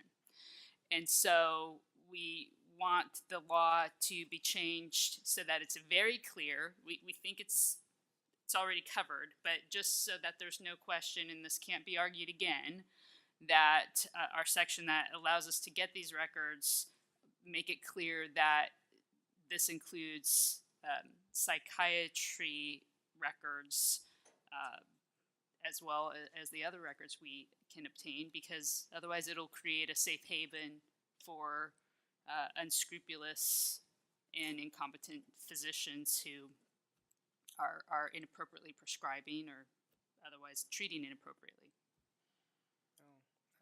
A better wording is mental health or behavioral health records rather than psychiatry. So, any questions on this side? Anybody? And then the last one is just a change to the government code section. It states specifically to an accusation in that section pertaining to an interim suspension order, and it should be the filing of an accusation or a petition to revoke probation. And just to let you know, we've worked with the Attorney General's office and really appreciate Ms. Castro's staff for helping us in these enforcement enhancements that we're requesting. So that concludes the new section, new issues. So hopefully, if everybody's good with that, we'll move on to part 2.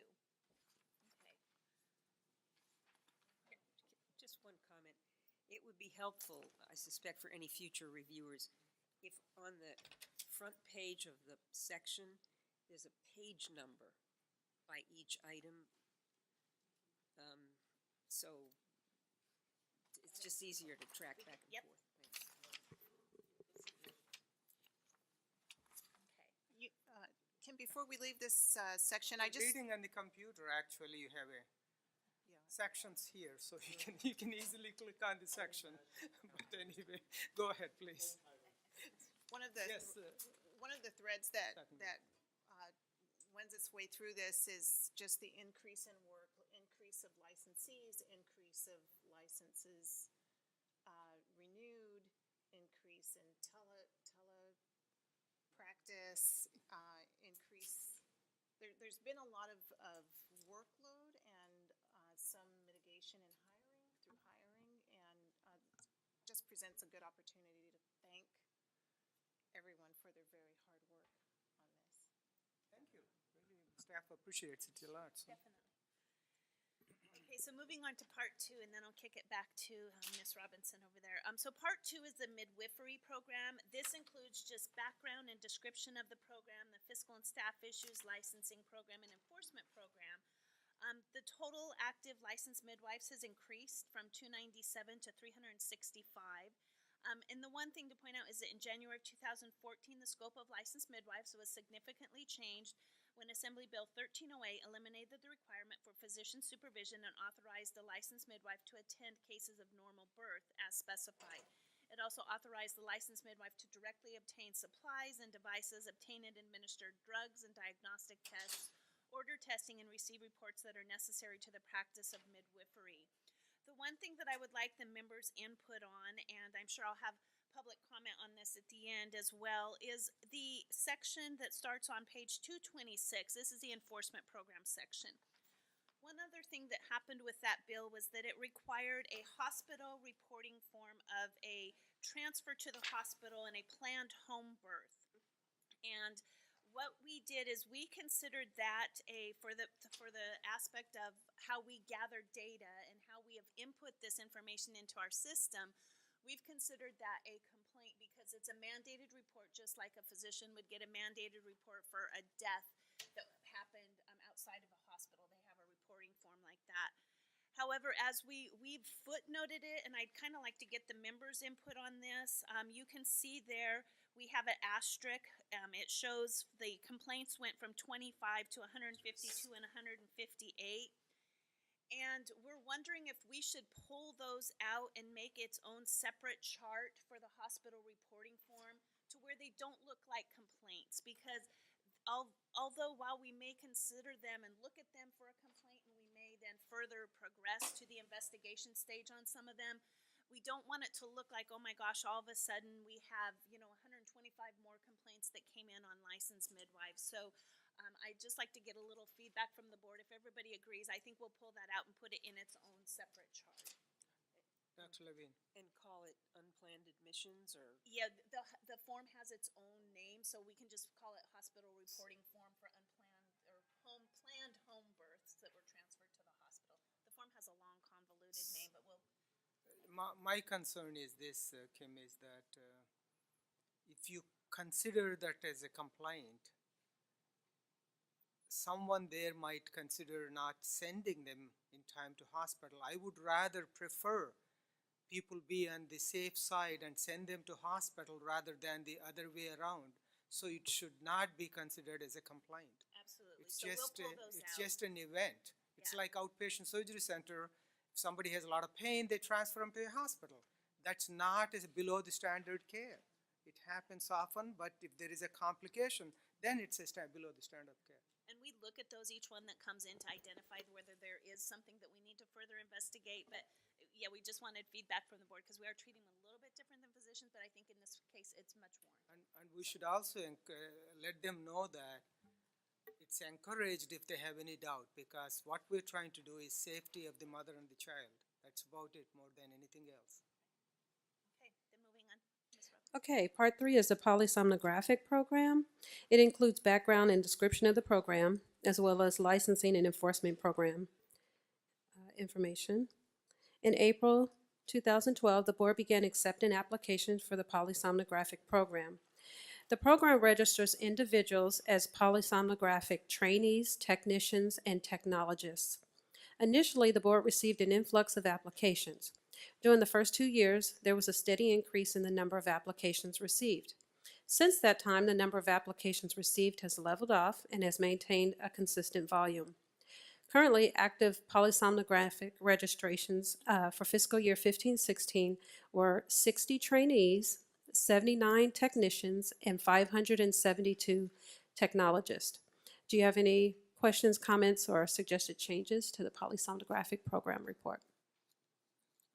Does that program financially self-supporting?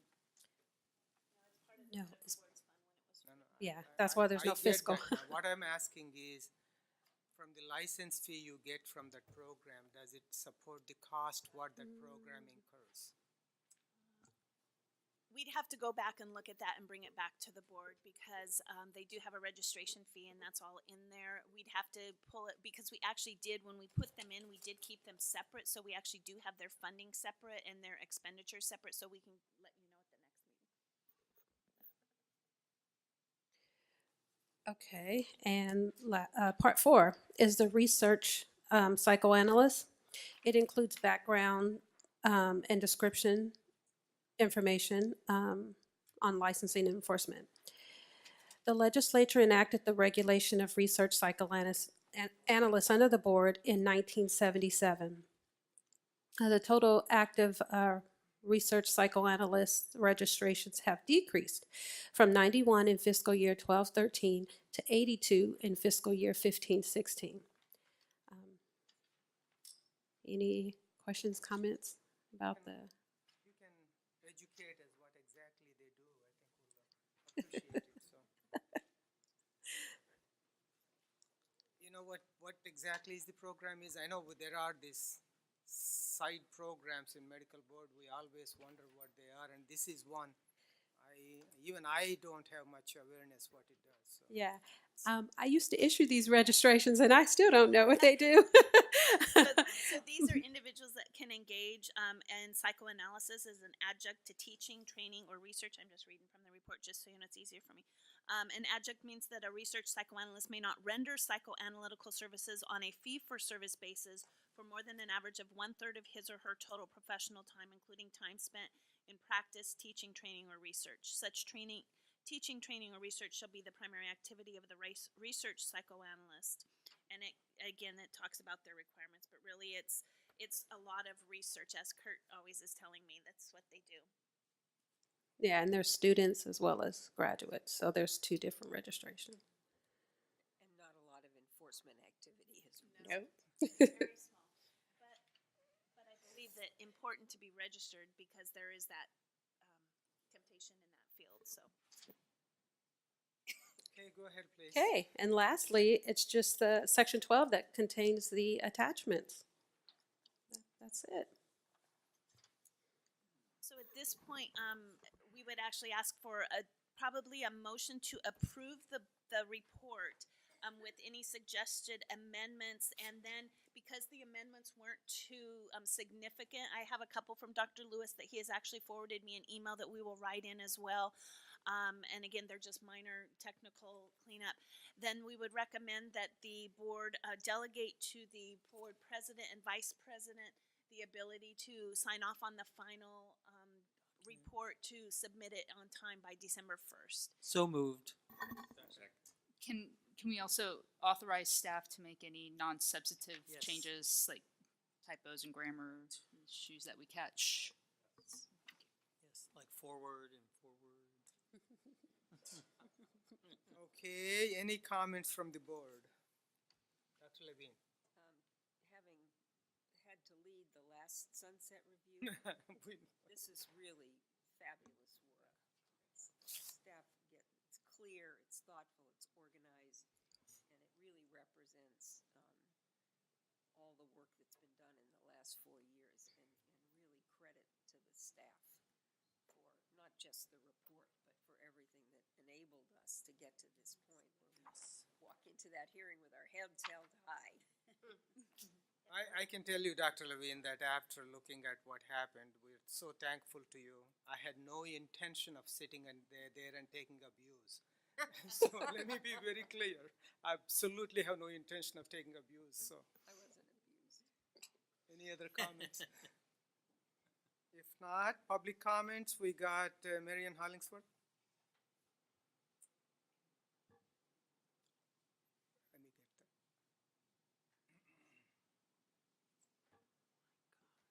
that. Good afternoon. My name is Marian Hollingsworth, and I'm here on behalf of the Consumers Union Safe Patient Project. We recommend the medical board change its own policies or request that the legislature make changes in state law to address the following important issues as part of the sunset review process. We recommend amendments to the statute of limitations on filing complaints against doctors. The state law governing the medical board's statute of limitations is convoluted, unfair, and creates barriers to patients' ability to participate in a fair complaint process. Often patients who have been harmed by physicians don't know where to file complaints, or there is a delay due to the patient recovering from the actual harm. The statute of limitations is 7 years from the date of the event leading to a person's complaint. However, there is another conflicting condition. Once the medical board learns of an incident from anyone, not necessarily from the patient, the statute of limitations allows only 3 years until accusation. We recommend that the medical board should be required to notify patients when another party files a complaint about the patient's case. Also, when the statute of limitations has run, even in cases where the medical board has found an extreme departure of the standard of care, those complaints can be closed. This leaves the physicians who have violated their licensing standards to continue to practice without discipline. According to the draft Sunset Review report in 2015-2016, the medical board was forced to close more than 150 cases because the statute of limitations had run. The medical board should recommend the statute of limitations be changed to provide a fair and predictable process for patients who wish to file complaints. Thank you. Thank you. Lisa McGifford.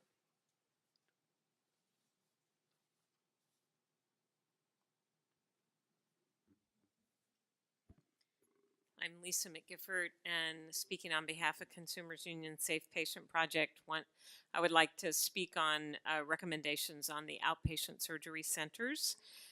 We recommend that these surgery centers or surgery settings under your purview be required to report a standard and robust set of data to the Office of Statewide Health Planning and Development. As most of you know, these settings are doing hundreds of thousands of surgeries, and there's no data collected to track what those surgeries are. That data used to be collected, but due to a 2007 court decision, the data collection was removed. So we encourage you to include that in your recommendations. We also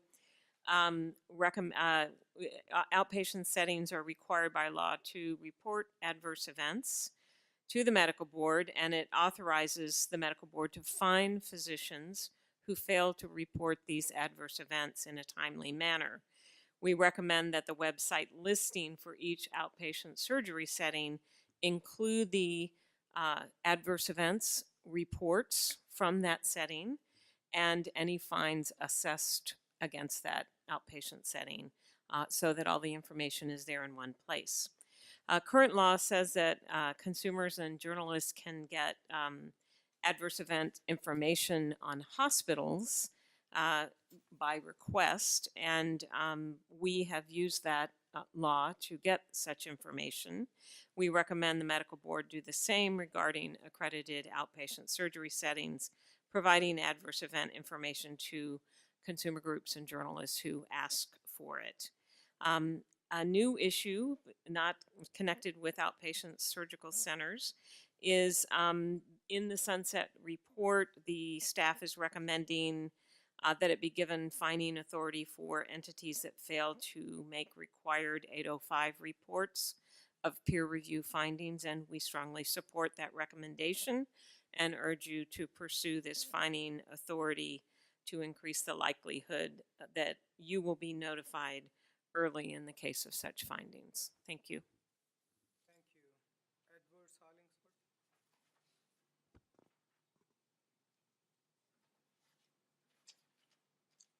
Afternoon. My name's Edward Hollingsworth. I'm here on behalf of the Consumers Union Safe Patient Project, and we recommend the medical board change its own policies or request that the legislature make changes in state law to address the following important issues in the Sunset Review process. Improved outreach to patients by revising signs on doctors' offices. Currently, doctors are required to post a sign in their offices in all places where they practice. The current sign says, "Notice to consumers. Medical doctors are licensed and regulated by the Medical Board of California." It gives the phone number and web address. The board's draft Sunset Review report recommends to change the sign. Now, we recommend to revise the sign to clearly state that the medical board is where patients may file complaints against a doctor and look up their doctor's history.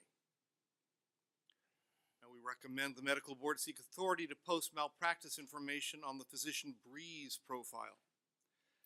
In 2014, legislation was passed to ensure public access to disciplinary and other related information by removing the requirement that this information be removed from the website after 10 years. However, the legislation has also ended up significantly reducing the medical malpractice information available to the public via the internet.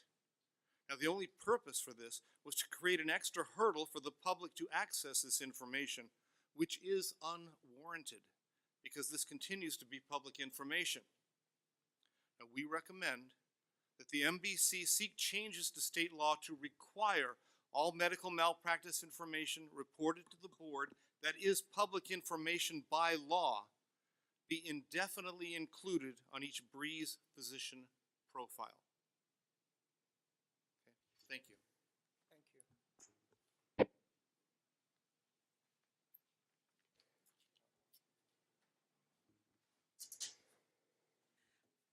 Karen Ehrlich, licensed midwife. I want to thank the medical board recognition that the out-of-hospital transfer forms being looked at as complaints in your system is inappropriate. I know from the midwives who were a part of the negotiation for AB 1308 that authorized the reporting of the hospital transfer information, that this was for information only. It was for data. It was never meant to be a backdoor to investigations, which is how it has come to be seen by too many of the midwives in California. So I am really gratified to hear that you are recognizing this, and I hope that indeed we can get a good clarity on this soon, that this is supposed to be data only. There's no question that anybody who has a complaint against a midwife, whether that is a hospital or a doctor or a citizen or a consumer, can draw up a complaint and make it be a complaint. Unfortunately, too often the hospital transfer forms are filled in by clerks or filled in by people who don't know the history of what has been going on in the births. Sometimes the midwives fill in a portion of it first so that that clarity is stronger. But that is not across the board happening. So I really I'm so glad that this is being a part of the Sunset Review. Thank you so much for that. And I hope we can move forward to making it even stronger. Thank you. Thank you. Any other public comment? Any comment on the phone? We have a question from Eric Andrews. Please go ahead. Go ahead, Mr. Andrews. Hello, board, and all my advocate friends in the audience. My name is Eric Andrus. I'm calling from Los Angeles. I'd like to comment on the survey that you supposedly sent out to people who have had their complaints closed. My disabled sister died of medical errors, and I filed a complaint with the medical board. After 6 months of hearing nothing at all, they closed the complaint. I found out by calling the hospital that the medical board had not given a certified copy of her medical record from the hospital. Instead, they used records the doctor had sent in as a requirement to report his malpractice lawsuit settlement with me. I complained to Christina Delp, who reopened the case, got the certified medical records, supposedly sent it to one of your so-called medical experts, and then the case was immediately closed again. It makes one wonder who these experts are and what their qualifications are. Doesn't the public have a right to know who's helping to cause these cases to be closed? What if the expert is wrong? I filed a Public Records Act request to get a copy of the complaint, or at least the portions that are public. And Carrie Webb denied the request quoting GC 6254F, which is an exemption that can only be used if you explain to the requester why the information should be made public. She has continually broken the law and not provided that information. I received 2 letters closing my complaint, and neither time did I receive information about a survey. While I was on hold, I contacted another victim and asked them if they got information on the survey, and they said no. I think you probably really don't want to know what the citizens you're refusing to protect think, as clearly all the closed cases aren't hearing about the survey. How many people have not received information on the surveys, and you think they're just not answering? I'll be calling back tomorrow with more information on how Carrie Webb and Christina Delp have broken the law multiple times with the Public Records Act. I wouldn't walk into the Sunset Review with your heads held all that high. Thank you. Thank you, Mr. Andrews. Any other comments on the phone? We have no more questions in queue. Thank you. So we have a motion made and seconded. Can we have a roll call, please? Dr. Bolot? Aye. Dr. Bishop? Aye. Judge Feinstein? Aye. Dr. Hawkins? Yes. Dr. Kraus? Yes. Ms. Lawson? Yes. Dr. Levine? Aye. Dr. Lewis? Aye. Ms. Pines? Aye. Ms. Sutton Wills? Yes. Mr. Wormuth? Aye. Dr. Gonadev? Aye. Motion passes. Okay, the big one is done. You must be all hungry. We'll try to finish fast. Our next agenda item is item 10, update on the demographic study. Ms. Robinson. I provided an update on the demographic study at the July Enforcement Committee meeting. It was reported that board staff expected the California Research Bureau to present the study findings at this board meeting. On September 14th, board staff again met with Patrick, the senior policy analyst at the California Research Bureau, who is conducting the study. At that meeting, Patrick requested additional data. Board staff provided the data on September 28th, and Patrick is now in the process of finalizing the report. Most recently, on October 21st, Patrick notified me that the draft report is complete and is going through the final internal peer review and should be ready for board review in early November. It is now anticipated that the report will be presented at the January board meeting in Sacramento, provided he's available, because he hasn't firmly said yes, but we're hoping that's what's going to happen. That concludes my demographic study update. Are there any questions? Yeah, thank you, Ms. Robinson. Any questions to Ms. Robinson? Okay.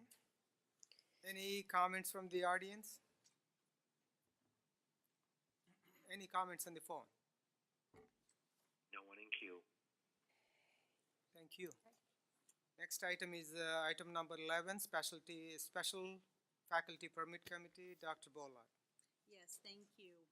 I don't know how I'm going to do this without you, Kurt, in the future, but here we go. So, the Special Faculty Permit Review Committee, as described in your board packet, Board BRD 11-1 through 3, held a teleconference meeting on September 29th, 2016, and reviewed the outcome of the Special Faculty Permit Survey that was presented to the Licensing Committee at the May 2016 Licensing Committee. The committee determined the Special Faculty Permit Program did not need any changes at that time. The committee also reviewed one application for an applicant from the University of California, San Francisco. Going to be 3 sections here. First, Dr. Sano's specialty.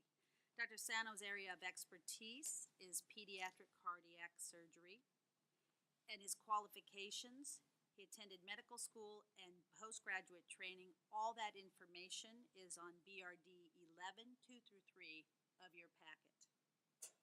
The following are some of the positions Dr. Sano has held. Those include Professor and Chairman of the Department of Cardiovascular Surgery at Okayama University Medical School in Okayama, Japan. A Professor, Functional Physiology, Biophysiological Science, Okayama University Graduate School of Medicine and Dentistry, as well as Chairman, Department of Cardiovascular Surgery at Okayama University Hospital in Okayama, Japan. He also was Vice President of the Okayama University Hospital in Japan and Professor of Functional Physiology, Biophysiology Science at the Graduate Medical School and Dentistry and Pharmaceutical Science Chair. Dr. Sano has extensive experience in the surgical care of patients with life-threatening cardiac abnormalities and is regarded internationally as a leader in the field and a pioneer in the development of new surgical techniques. Dr. Sano is responsible for transforming Okayama University Medical School cardiovascular program into one of the leading pediatric cardiac surgery programs in Japan, performing over 500 cases per year. He also teaches local surgeons in the pediatric cardiac surgery procedures. Further, Dr. Sano has given approximately 150 invited lectures internationally and has participated in many surgical symposia in Asia, Europe, and the United States. Dr. Sano is internationally renowned for his contributions to the surgical treatment of congenital heart disease, including the development of the Sano procedure for hypoplastic left heart syndrome. Dr. Sano has performed more than 7,000 pediatric cardiac surgeries in Japan and has pioneered research on cardiac regeneration therapy. Dr. Sano and his research team have developed a progenitor cell therapy for patients with single ventricle heart failure. Now, what will be Dr. Sano's UCSF responsibilities?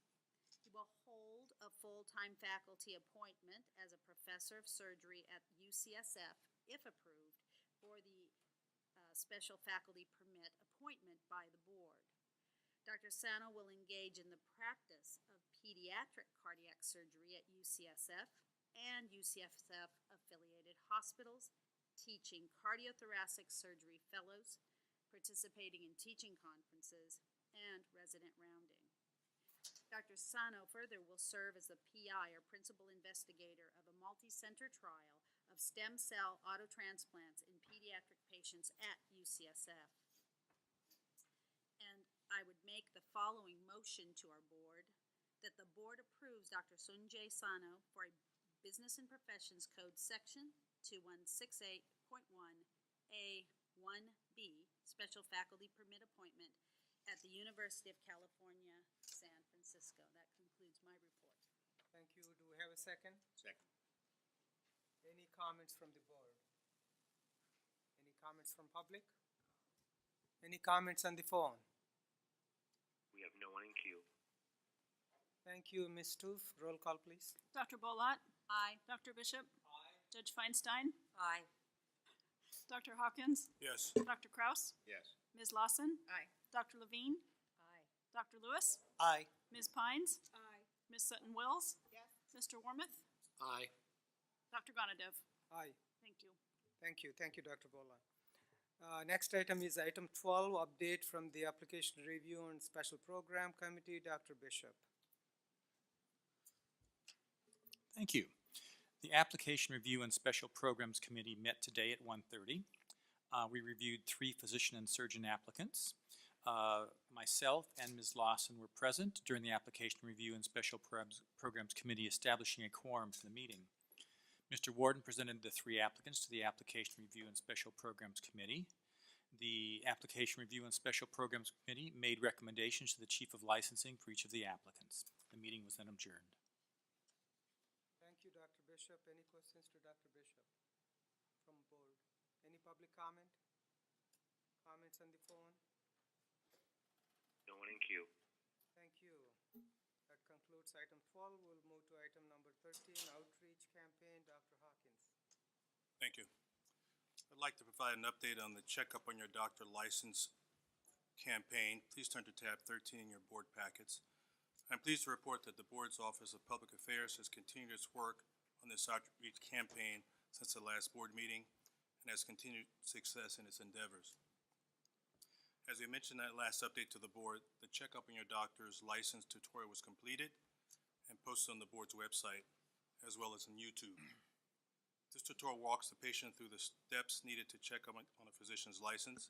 The Spanish version of this tutorial has now also been completed and now posted on the board website and on YouTube. The Checkup on Your Doctor's License brochure was also translated into Spanish and is available on the board's website and will be provided at outreach events along with the English version. A message encouraging state employees, vendors, and contractors to check on your doctor's license appeared at the bottom of all state warrants for June 2016, reaching 439,916 individuals. The board has made arrangements to have another global message like this on the March 1st, 2017 state warrants, in addition to a flyer that will be placed in the March 31st, 2017 state warrants because March is National Consumer Protection Month. CalPERS ran a short article in the board's outreach campaign in its Perspective newsletter, Fall 2016 version, which is delivered to members' homes and is available on the intranet, reaching 1.7 million members. A copy of the article is in your board packet on page BRD 13-6 and 7. CalPERS will be posting a bulletin on its intranet site, reaching 2,900 CalPERS employees. CalPERS also provided a link to the board's website on its open enrollment page from September through the end of October 2016. CalStrans ran a news brief on the Checkup on Your Doctor campaign in their Retired Educator publication in the summer 2016 edition. A similar article ran in their Connection publication in the fall 2016 issue. Together, both publications have potential reaching 900,000 current and retired California teachers. A copy of the news brief can be found in your board packet on page BRD 13-8. I'm very pleased with the board's work on this outreach campaign. Staff will continue to reach out to counties, cities, unions, and other large community organizations and legislative offices on this campaign. Now that the tutorial is completed, board staff will begin working on a public service announcement for this outreach campaign. I hope to have that completed by the next board meeting. This concludes my update. Thank you, Dr. Hawkins. Ms. Kirschmeyer. And I wanted to just take this opportunity to just add one thing to the really update on the Public Outreach Committee. This is actually the, I think it's the Santa Clara County, this is the Santa Clara County Medical Association magazine here that they do. And they have been reprinting our articles for the last several issues. So this is one, our FAQs on the CARES was printed in there. It also has our advertising. We did a whole spreadsheet on advertising questions for physicians. And then they did our news to use. And so this has been happening for those last several issues of this magazine. And it just, again, just building those relationships so we can get information out in even odd ways that we would never even think that they would just take our newsletter and start reprinting our articles. So just wanted to bring that to the members' attention as well. Dr. Lewis, you want to see. Any questions from the board? Dr. Levine. So the CalPERS, this is very nice, the CalPERS thing, and I wonder if it might be worth a conversation with the head of CAP, California Association of Health Plans, about the commercial plans in the state in their materials, including this kind of information for potential enrollees. It's good. We're hitting both public on the issues and also the doctors on the issues. That's what we need to do. Any public comment? Any comments on the phone? We have no questions from the phone lines. Thank you. Thank you, Dr. Hawkins. Next item is agenda item 14, update on the physician assistant board, Dr. Bishop. Thank you again. I'd like to report on the physician assistant board activities since the last meeting of the medical board in October of 2015. That's a typo here, I apologize. Since the last medical board meeting. The physician assistant board held its quarterly meeting this past Monday, October 24th in Anaheim.